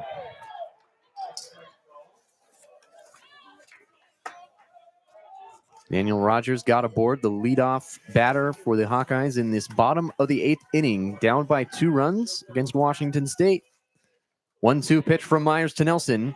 That's low. Cresswell stops it, and Rogers has to return to first base. Count goes to 2-2. Luke Myers rubbing the ball, getting set. Nelson taps the plate, winds the bat around a couple of times. 2-2 pitch on the way from Myers. Swung on and missed by Nelson. Down goes Nelson swinging, and the first out of the inning is a swing and a miss for Andy Nelson. That's a big one, I think, because those are the players you don't want to get your number 7, 8, 9, bottom third of the order on base, and then allow that for your leadoff and then getting into the heart of the order. And now we get to the bottom of the order with Cooper Schulte, the shortstop for the Hawkeyes. Here's the first pitch and a swing and a miss. Aggressive swing from Cooper Schulte. That was a nice change as a first pitch, and Schulte way out in front of that. One hit so far in this inning for Iowa. It was Rogers to get aboard, and then a strikeout from Nelson. Here's the pitch from Myers, and a foul ball hit by Schulte. Shawnsby came up to touch it, foul. So 2 strikes, no balls against Cooper Schulte. Iowa and Washington State, after this game, will be halfway through their weekend series. Games Saturday and Sunday. Here's the pitch from Myers on an 0-2. Swing and a miss from Schulte, and he's got back-to-back strikeouts, does Luke Myers. And now there's 2 outs in the bottom of the 8th inning, and it'll bring up the top of the order, Ben Wilmes. Yeah, just a huge strikeout by Myers. Again, he had 2 starts on the season, now finds himself out of the pen. So this is really important for him to show his versatility. Luke Myers, a transfer from JUCO Central Arizona College. He was a JUCO All-American, and there's a couple of JUCO All-Americans on this Washington State team. There's the first pitch against Wilmes is a ball. Arizona. So in other words, you're saying he already knows how to pitch in the warm weather. Exactly. Yeah, the sun just almost halfway onto that pitcher's mound, coming in from left to right. He's still in the sun. The batters are in the shade. Swing by Wilmes is down into center field, takes a couple of bounces into the glove of Watterson, and he'll throw it down to Roy. But Rogers takes second base. Wilmes gets to first on a base hit down into the center field. Very similar to that Rogers play that got Rogers aboard, and now Wilmes gets aboard, and there's 2 runners on against Luke Myers. And Washington State only up by 2, and that's Gable Mitchell coming up with 2 outs and 2 runners on.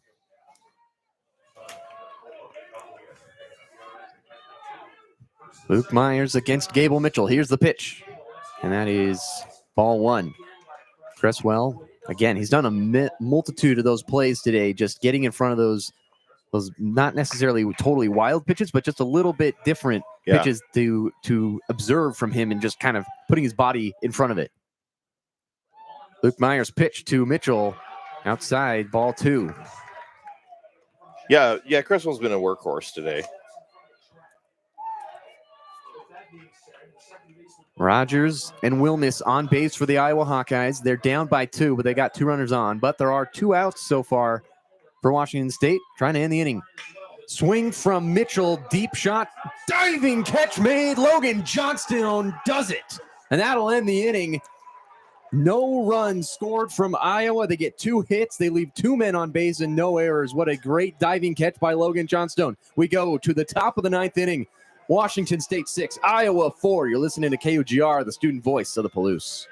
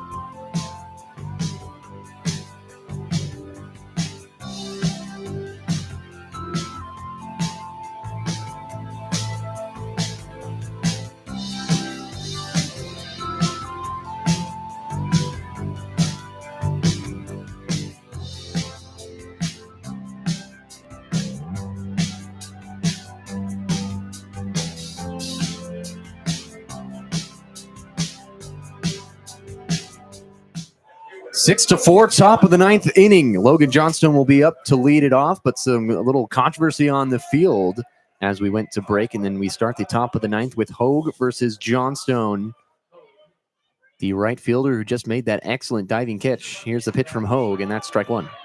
Yeah, that was one of those situations where, okay, great catch by Johnstone in right field. Some question, did he trap it? Did he not trap it? He made the catch, but WSU was over the top coming out of the dugout. And there's ball one after Johnstone watches it go by. And some yelling back and forth, and both benches were warned. And so coaches don't like to get warned. Here's the pitch, and it's outside for ball two. And in the end, who was really riled up were actually the Iowa fans. They were. We heard a number of profanities actually being thrown out, which with this crowd today, it's a decent crowd, but not too big that you can't hear every individual word. This pitch fouled off from Johnstone behind the broadcast booth, and it goes to 2-2 against Logan Johnstone. So that was fun. That was fun. It was a good entertainment after the break. Instead of just watching the pitchers go, here's the pitch, and Johnstone slices that one through the hole between the third baseman and the shortstop, and Johnstone is aboard with a base hit. And so the leadoff man in this inning, Johnstone, gets aboard with no outs so far. It'll bring up Rico Longo, who has scored 2 runs in this game. And then Ryan Shonsby and Gavin Roy up after that. Rico Longo getting the signals. Will step into the batter's box. And now Rogers will go out to talk to his guys. A lot of communication. Chess pieces moving around on both sides. Good hit from Johnstone to get aboard. Their first hit of this inning. They're up to 11 hits on the game. 6-4 advantage. Washington State has the lead. Bunt shown from Longo. That'll go foul. And the count will go to 0-1 against Rico Longo, the designated hitter for Washington State. As I mentioned, has 2 runs in this game. Also has a strikeout, looking in a base on balls so far today.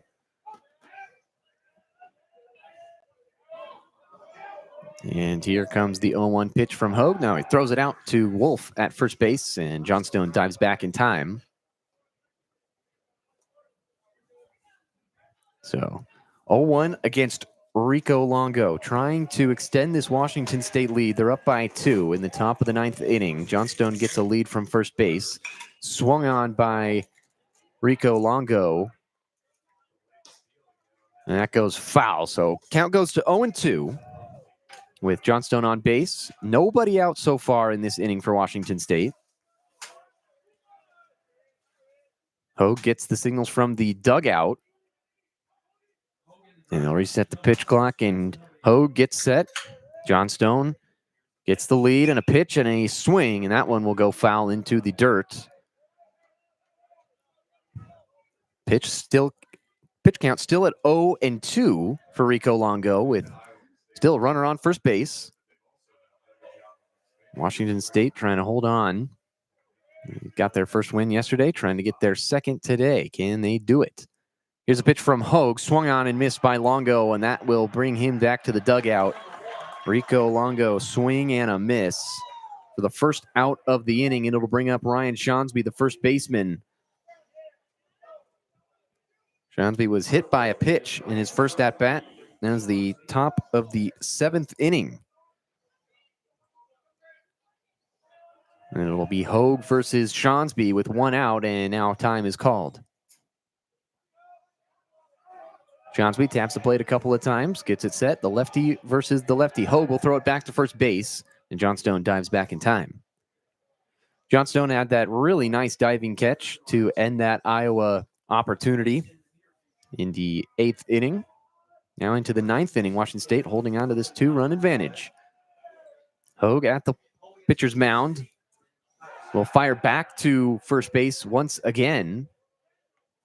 Johnstone just continuing to get on the ground. They are wearing out that first base, a couple feet right off the first base towards second base. There is a lot of the turf being moved around, a lot of dives happening. Hogue looks back to first and will throw it again. And still safe, Logan Johnstone. Ryan Shonsby yet to be pitched at. 1 out so far in this inning. 1 runner on for Washington State. Here's the pitch from Hogue. Shonsby showed bunt, and that will be a strike. Hands in the air there. What's that about? Ben? Oh, I thought that was really high. So now I'm going to spend the next half inning just talking about the terrible, nature of whatever. I won't be able to let it go, in fact. Here's the pitch, and it's outside the Shonsby. Subtle dig. If you know, you know. 1 out in the top of the 9th. 1-1 count against Shonsby. Hogue trying to allow Iowa to just stay down 2. Shonsby watches it go by, and a steal attempt from Johnstone. It gets past Schulte, the shortstop. Great throw from Rogers, but not in time, and there was also no catch made by Schulte, and so Johnstone is safe at second. He gets the steal. Great job by Logan Johnstone coming into this game. Was 0 for 0 on steal attempts.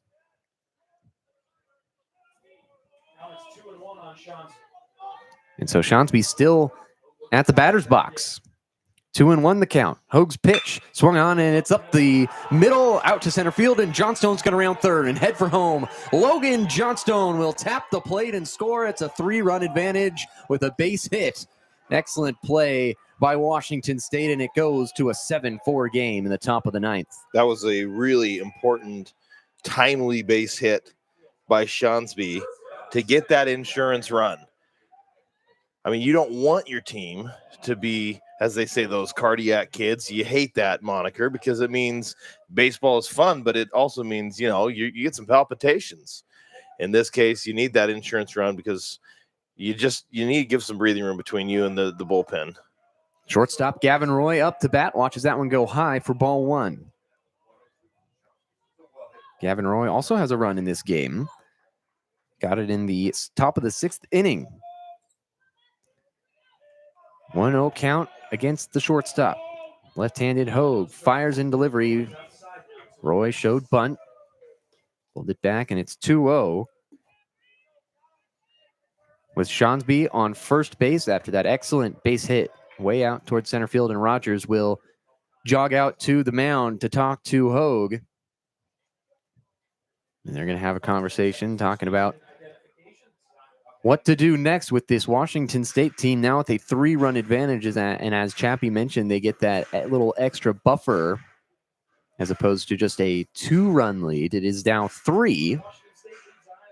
And they've done a good job to continue to have this advantage later in this half of the baseball game. It was Iowa having the advantage early in the game as opposed to yesterday where Washington State led all the way through. 7-4 the score. Top of the 9th. Here's the pitch to Roy, and that's a strike. The first strike of the at-bat. 2-1 the count.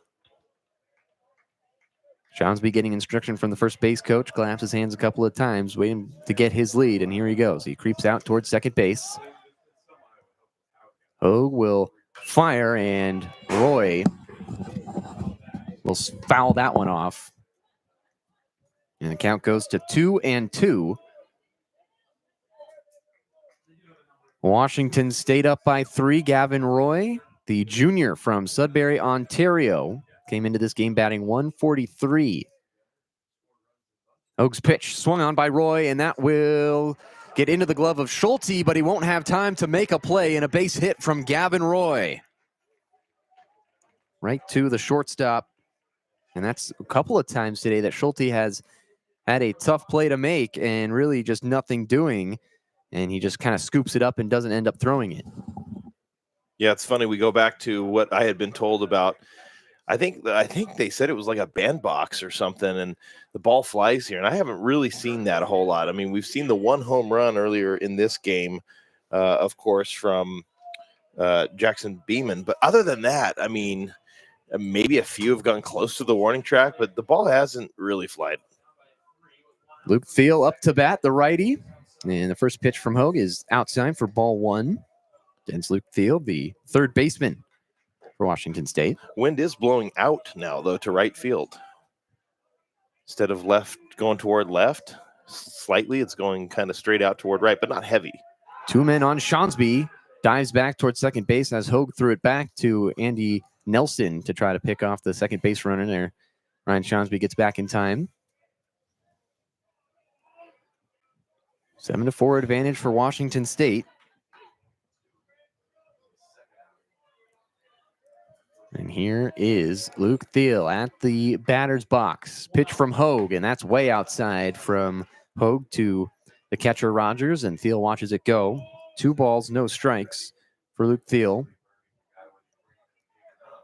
Redshirt junior, Chandler, Arizona is his hometown. 6'1", 197 pounds. So he's got some meat to him, and he's got a little power as well. And a meeting on the mound for the Iowa Hawkeyes. We'll see if they decide to make a pitching change or if they'll just have a conversation with Hogue. Rick Keller goes out to the mound to discuss with his pitcher. Washington State up to 13 hits in this game.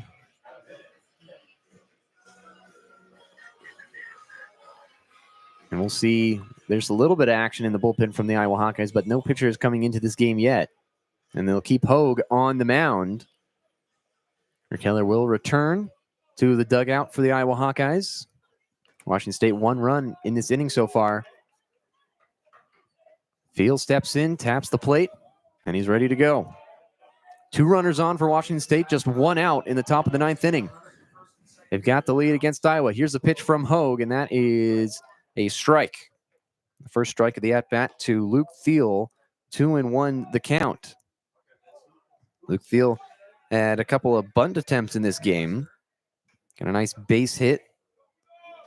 It was at a 2 RBI earlier in this game. That was a 7th inning for Luke Thiel. Here's a pitch from Hogue, and a swing and a miss from Thiel.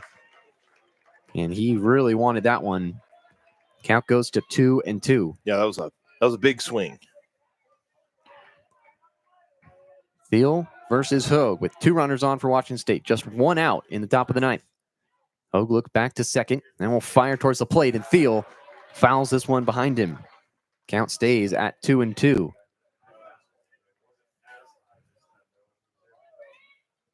Just 1 error so far in this game, and that was made by Iowa back in the 4th inning on some of those bunt attempts when Washington State had 3 in a row. Swing and a miss from Thiel, and he goes down swinging. Good pitch from Hogue, but Thiel just could not make contact, and he goes down, and that'll bring up Will Cresswell, the catcher for Washington State, with 2 runners on and 2 outs in the top of the 9th inning with a 3-run advantage for Washington State. Well, this would be a great spot for Cresswell to put one across. The Cougars have already got 1 insurance run, but a second one would be nice. Here's the pitch from Hogue. Cresswell watches it, and that's strike 1. Will Cresswell, the catcher, getting the start today from Auburn, Washington. He was the 2024 named to the Buster Posey National Collegiate Catcher of the Year watch list. So very good catcher for Washington State, and he watches this one go high. He's had a really good game on the defensive side. It's been a real bell cow for them, just kind of stopping a lot of pitches today. I've never heard that one before. What's a bell cow? The leader of the pack. You from Dairyland by perchance? Moore will throw back to Nelson at second base, and Shawnsby gets back in time. So 1-1 count against Cresswell. 2 outs in this inning with 2 runners on. Cresswell against Hogue. Swings the bat a couple of times, waves the hips, ready to go. Will Hogue fire it back to one of the bases, and he's going to throw it towards home plate. And this is going to be fouled off way up towards the parking lot in right field there, and it'll bounce into the patio area. And a fan will get a ball. It will stay in the fence. And it's rolling down the ramp. My ignorance, but I guarantee here in Texas, they eat a lot of steak too here in Texas. Mm-hmm. I bet they know what a bell cow is. I'll bet they do. 1-2 count against Cresswell. Fouls this one off. Back-to-back foul balls from Will Cresswell. And the count goes to 1-2 in the top of the 9th inning. Washington State has battled back in this game, and they've taken the lead against Iowa and then extended it in this inning with a run from Logan Johnstone getting home. 1-2 pitch from Hogue, and that's a ball. That's a little bit high. Count goes to 2-2. And Gannon Archer warming up in the bullpen for Iowa. What a name as a pitcher. It's a great name, Archer. 2-2 count. Hogue and Cresswell going at it. Here's the pitch, and that is outside. 3-2 the count for Cresswell. The 7th pitch of the at-bat coming up. That was outside. Man, the Iowa fans are rowdy. 3-2 count. 2 runners on, 2 outs. Here's the pitch, and that's high. Ball 4. Cresswell walks to first base, and the bases are loaded. Bringing up Cole Watterson, the bottom of the lineup for Washington State, the center fielder. He's made a couple of nice grabs way back in center field, but he did watch one of those hits from Iowa go over his head for a home run when Jackson Beeman had one earlier in this game. Bases loaded. You got Shawnsby on third, Gavin Roy on second, and now you've got Cresswell at first, and there will be a meeting at the mound again. Nope, they're going to make a change. And a pitching Heller change. coming out, now the pitching coach, so they're going to make a change and go to get Archer. Gannon Archer will come in. We'll take a break for the pitching change and be back with the top of the 9th. It's bases loaded for Washington State with Cole Watterson up to bat. 7-4 lead. You're listening to KUGR, the student voice of the Blues.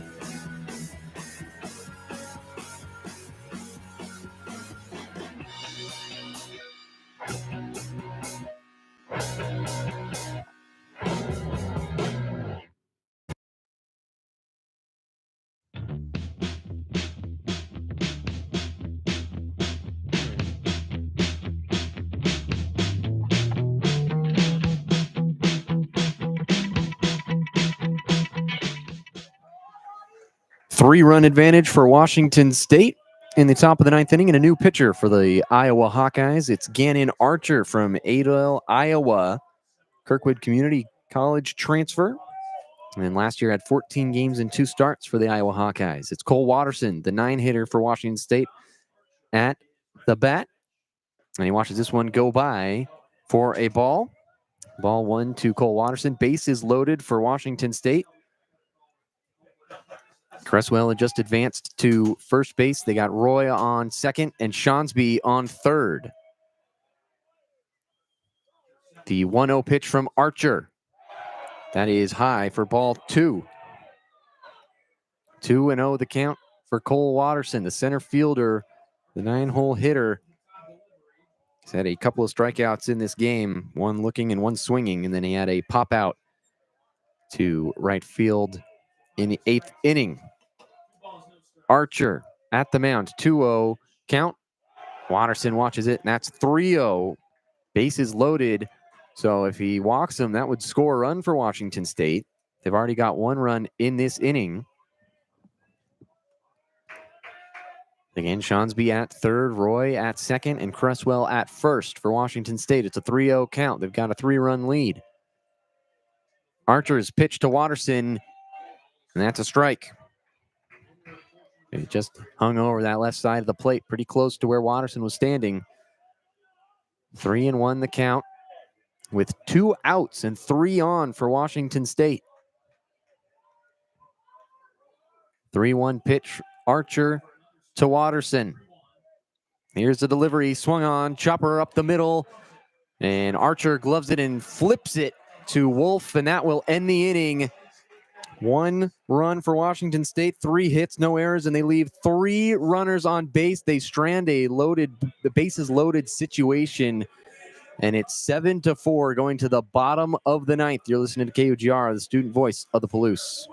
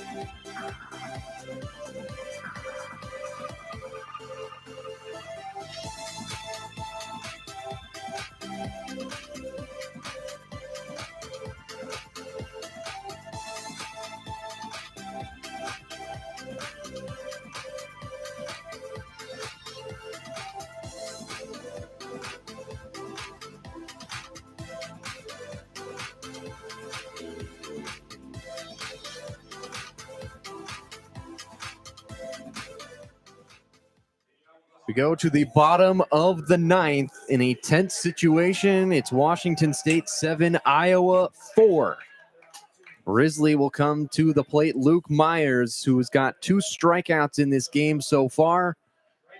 Here's the first pitch to Risley, and that is in for strike 1 against the center fielder for the Iowa Hawkeyes. It's right-handed pitcher and right-handed batter going at it in the bottom of the 9th. Second pitch from Myers is a ball. So count goes to 1-1. Just starting the bottom of the 9th inning. So no outs, nobody on for the Iowa Hawkeyes. Risley at bat. Here's another pitch from Myers, and that's ball 2. Well, this is the point of the game where the Cougars have lost a few late. And with a 3-run lead, that bodes well. With Myers on the mound, that bodes well, but we'll see. Here's a pitch from Myers, and that is strike 2. Excellent pitch from Luke Myers. Count goes to 2-2. Risley was stranded at third base in the 7th inning. Back to the plate this time. 2-2 count against him. Here's the pitch from Myers. Swung on. Deep shot to center field, and that's going to be Watterson underneath it. Shields his eyes and makes the catch. And Risley is out with a fly out to center field. First out of the inning. 2 more for Washington State to try to get their 2nd win in a row. They lost their first 8 of the season. They beat Iowa yesterday. And it's Caleb Wolf, the first baseman, up to bat.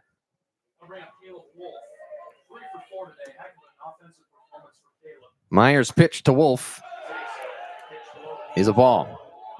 Yeah, that's low, but Wolf's had himself a good day at the plate. 3 hits, 3 RBI.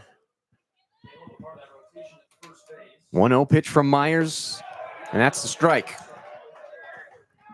1-1 count against Wolf. As you mentioned, 3 RBIs. He's had a really nice day. Didn't get the start yesterday. Came in, still had a good impact on the game. Iowa didn't get it done, but Caleb Wolf has been good, and he's been one of their better players in the entire season.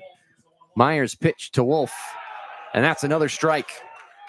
And, you've seen over time as people are getting more riled up and as the fans get riled up, then that means even as the players, you see them more demonstrative, which is feeding into the fan situation in that regard. Wolf will swing at this one and foul it backwards. Count stays at 1-2. And the few fans that are here for Iowa definitely showing their support in a way for Iowa.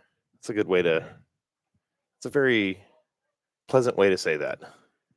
Myers' pitch swung and fouled by Wolf. It goes straight back into the backstop, and that's just another foul from Wolf trying to hang in there. And it's 1 out, nobody on for Iowa, down by 3 runs in the bottom of the 9th inning.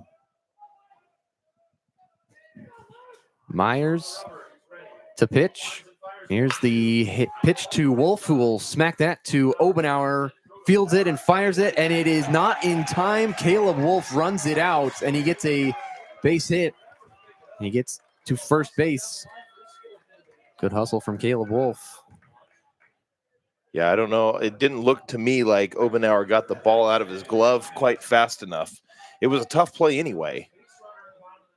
And now Jackson Beeman, the man who had the home run earlier in this game. I was back in the 4th inning when he crushed that ball out to center field. Gave Iowa a solo shot. This obviously isn't one of these conference games where you get the review. Strike 1 to Beeman. So 1 runner on for the Iowa Hawkeyes, down by 3. 1 out. Beeman versus Myers. Here's the pitch from Myers. That is ball 1. Count goes to 1-1. Hawkeyes have advanced to 10 hits on the day, so back-to-back double-digit hit days for both teams on this Thursday and Friday. Beeman's hit to shortstop. Gavin Roy fields it, fires it to second. Here's the throw to first, and it is not in time. He was off the bag. And Beeman is safe, but they get Wolf out, so the lead runner gets put into the dugout, but Beeman will stay at first. But now there's 2 outs for Washington State with a 3-run advantage. Yeah, that one, he'd made the stretch. You come off. It's just a matter of when did they come off. Was it before the ball? It was pretty close. Yeah, Weiss had that look on his face like, yeah, on the stretch, but I had it before, right? And so it's Reese Moore, the designated hitter, up for Iowa. 2 outs in the game, 1 runner on for Iowa, down by 3. Myers pitch to Moore, swing and a miss. First strike to Reese Moore. Whew, that was a big cut. Huge cut. Man, he swung at that one hard. 0-1 pitch, Myers to Moore. And that's ball number 1 on the at-bat. 2 outs for Washington State. 1 more and it'll end the game. 1-1 count, Myers to Moore. And that is ball number 2. 2-1 count against Reese Moore, who played catcher yesterday. Designated hitter today. They've got Beeman on base with the lead at first. 2-1 count. The pitch from Myers, swinging and foul ball from Reese Moore. Here we go. 2-2 pitch. 1 strike away, Davis. 1 strike away indeed for Luke Myers against Reese Moore. Count at 2-2. Myers and Cresswell nodding heads.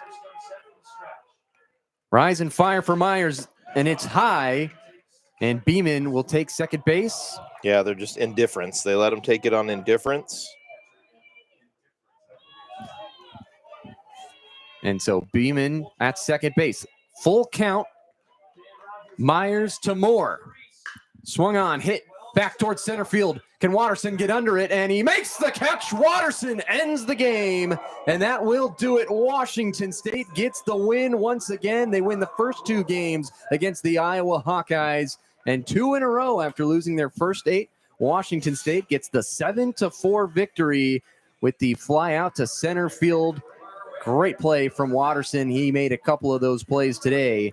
And an overall good effort from all Cougs involved, and they get the big win again against the Iowa Hawkeyes. And we will be back at the conclusion of this break and have a little post-game recap for you, and we'll preview a little bit of tomorrow's game. But it was a fun one here from Cleburne, Texas, and we'll be back after these messages. You're listening to KUGR, the student voice of the Palouse.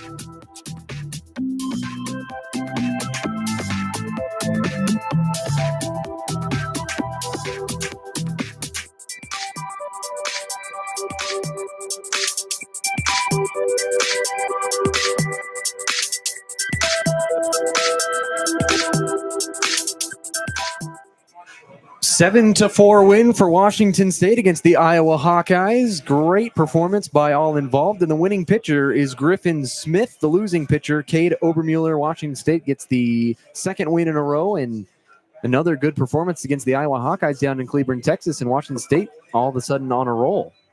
Yeah, no, the Cougs yesterday, I mean, they left, let's see here. Let me pull back out. They left 8 men on yesterday with the 10 hits, but they had some timely hitting.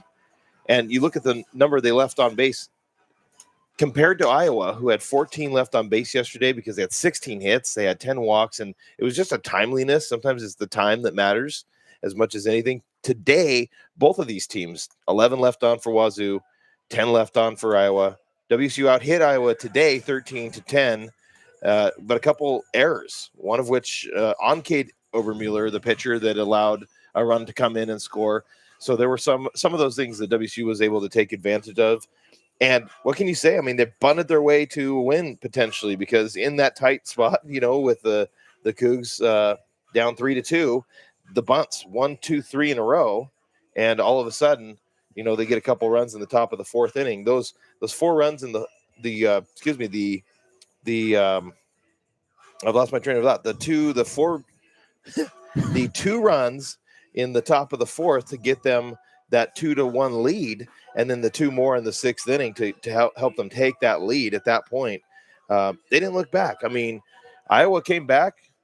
Iowa scratched away, clawed away, and then down the stretch, down the final part of that game. I mean, talk about threatening, talk about like bend but don't break. I mean, Iowa's putting runners on base, so that timing issue again, because how many of them were left on base toward the end of the game? I mean, that's where a lot of those were in place, and that's not something we've seen a lot from Washington State, where they have runners on a base with relief pitching and they're able to hold that. But they were able to hold it. Griffin Myers did a great job, and he gets his first save today. So overall, Wazoo 7 runs, 13 hits, no errors, and 11 left on. Iowa 4 runs, 10 hits, 2 errors, 10 left on. Griffin Smith will get the win today. He moves to 1-1. You know, did I say that? No, I said Luke Myers. Griffin Smith gets the win, moves to 1-1. Caden Obermuller, the fantastic pitcher for Iowa, he falls to 0-1, and Luke Myers gets his first save of the year. So he had 2 outings as a starter, pitched well, came in relief today, pitched well, and he gets his first save of the year. Now, Washington State gets the win 7-4. We will be back tomorrow at the same time for a Saturday game. Washington State will be the home team tomorrow, and we will see you then. And so a 7-4 win for Washington State. They get their second in a row. And from Brandon Chapman, KUGR, I'm Davis Hagan saying so long and enjoy your evening.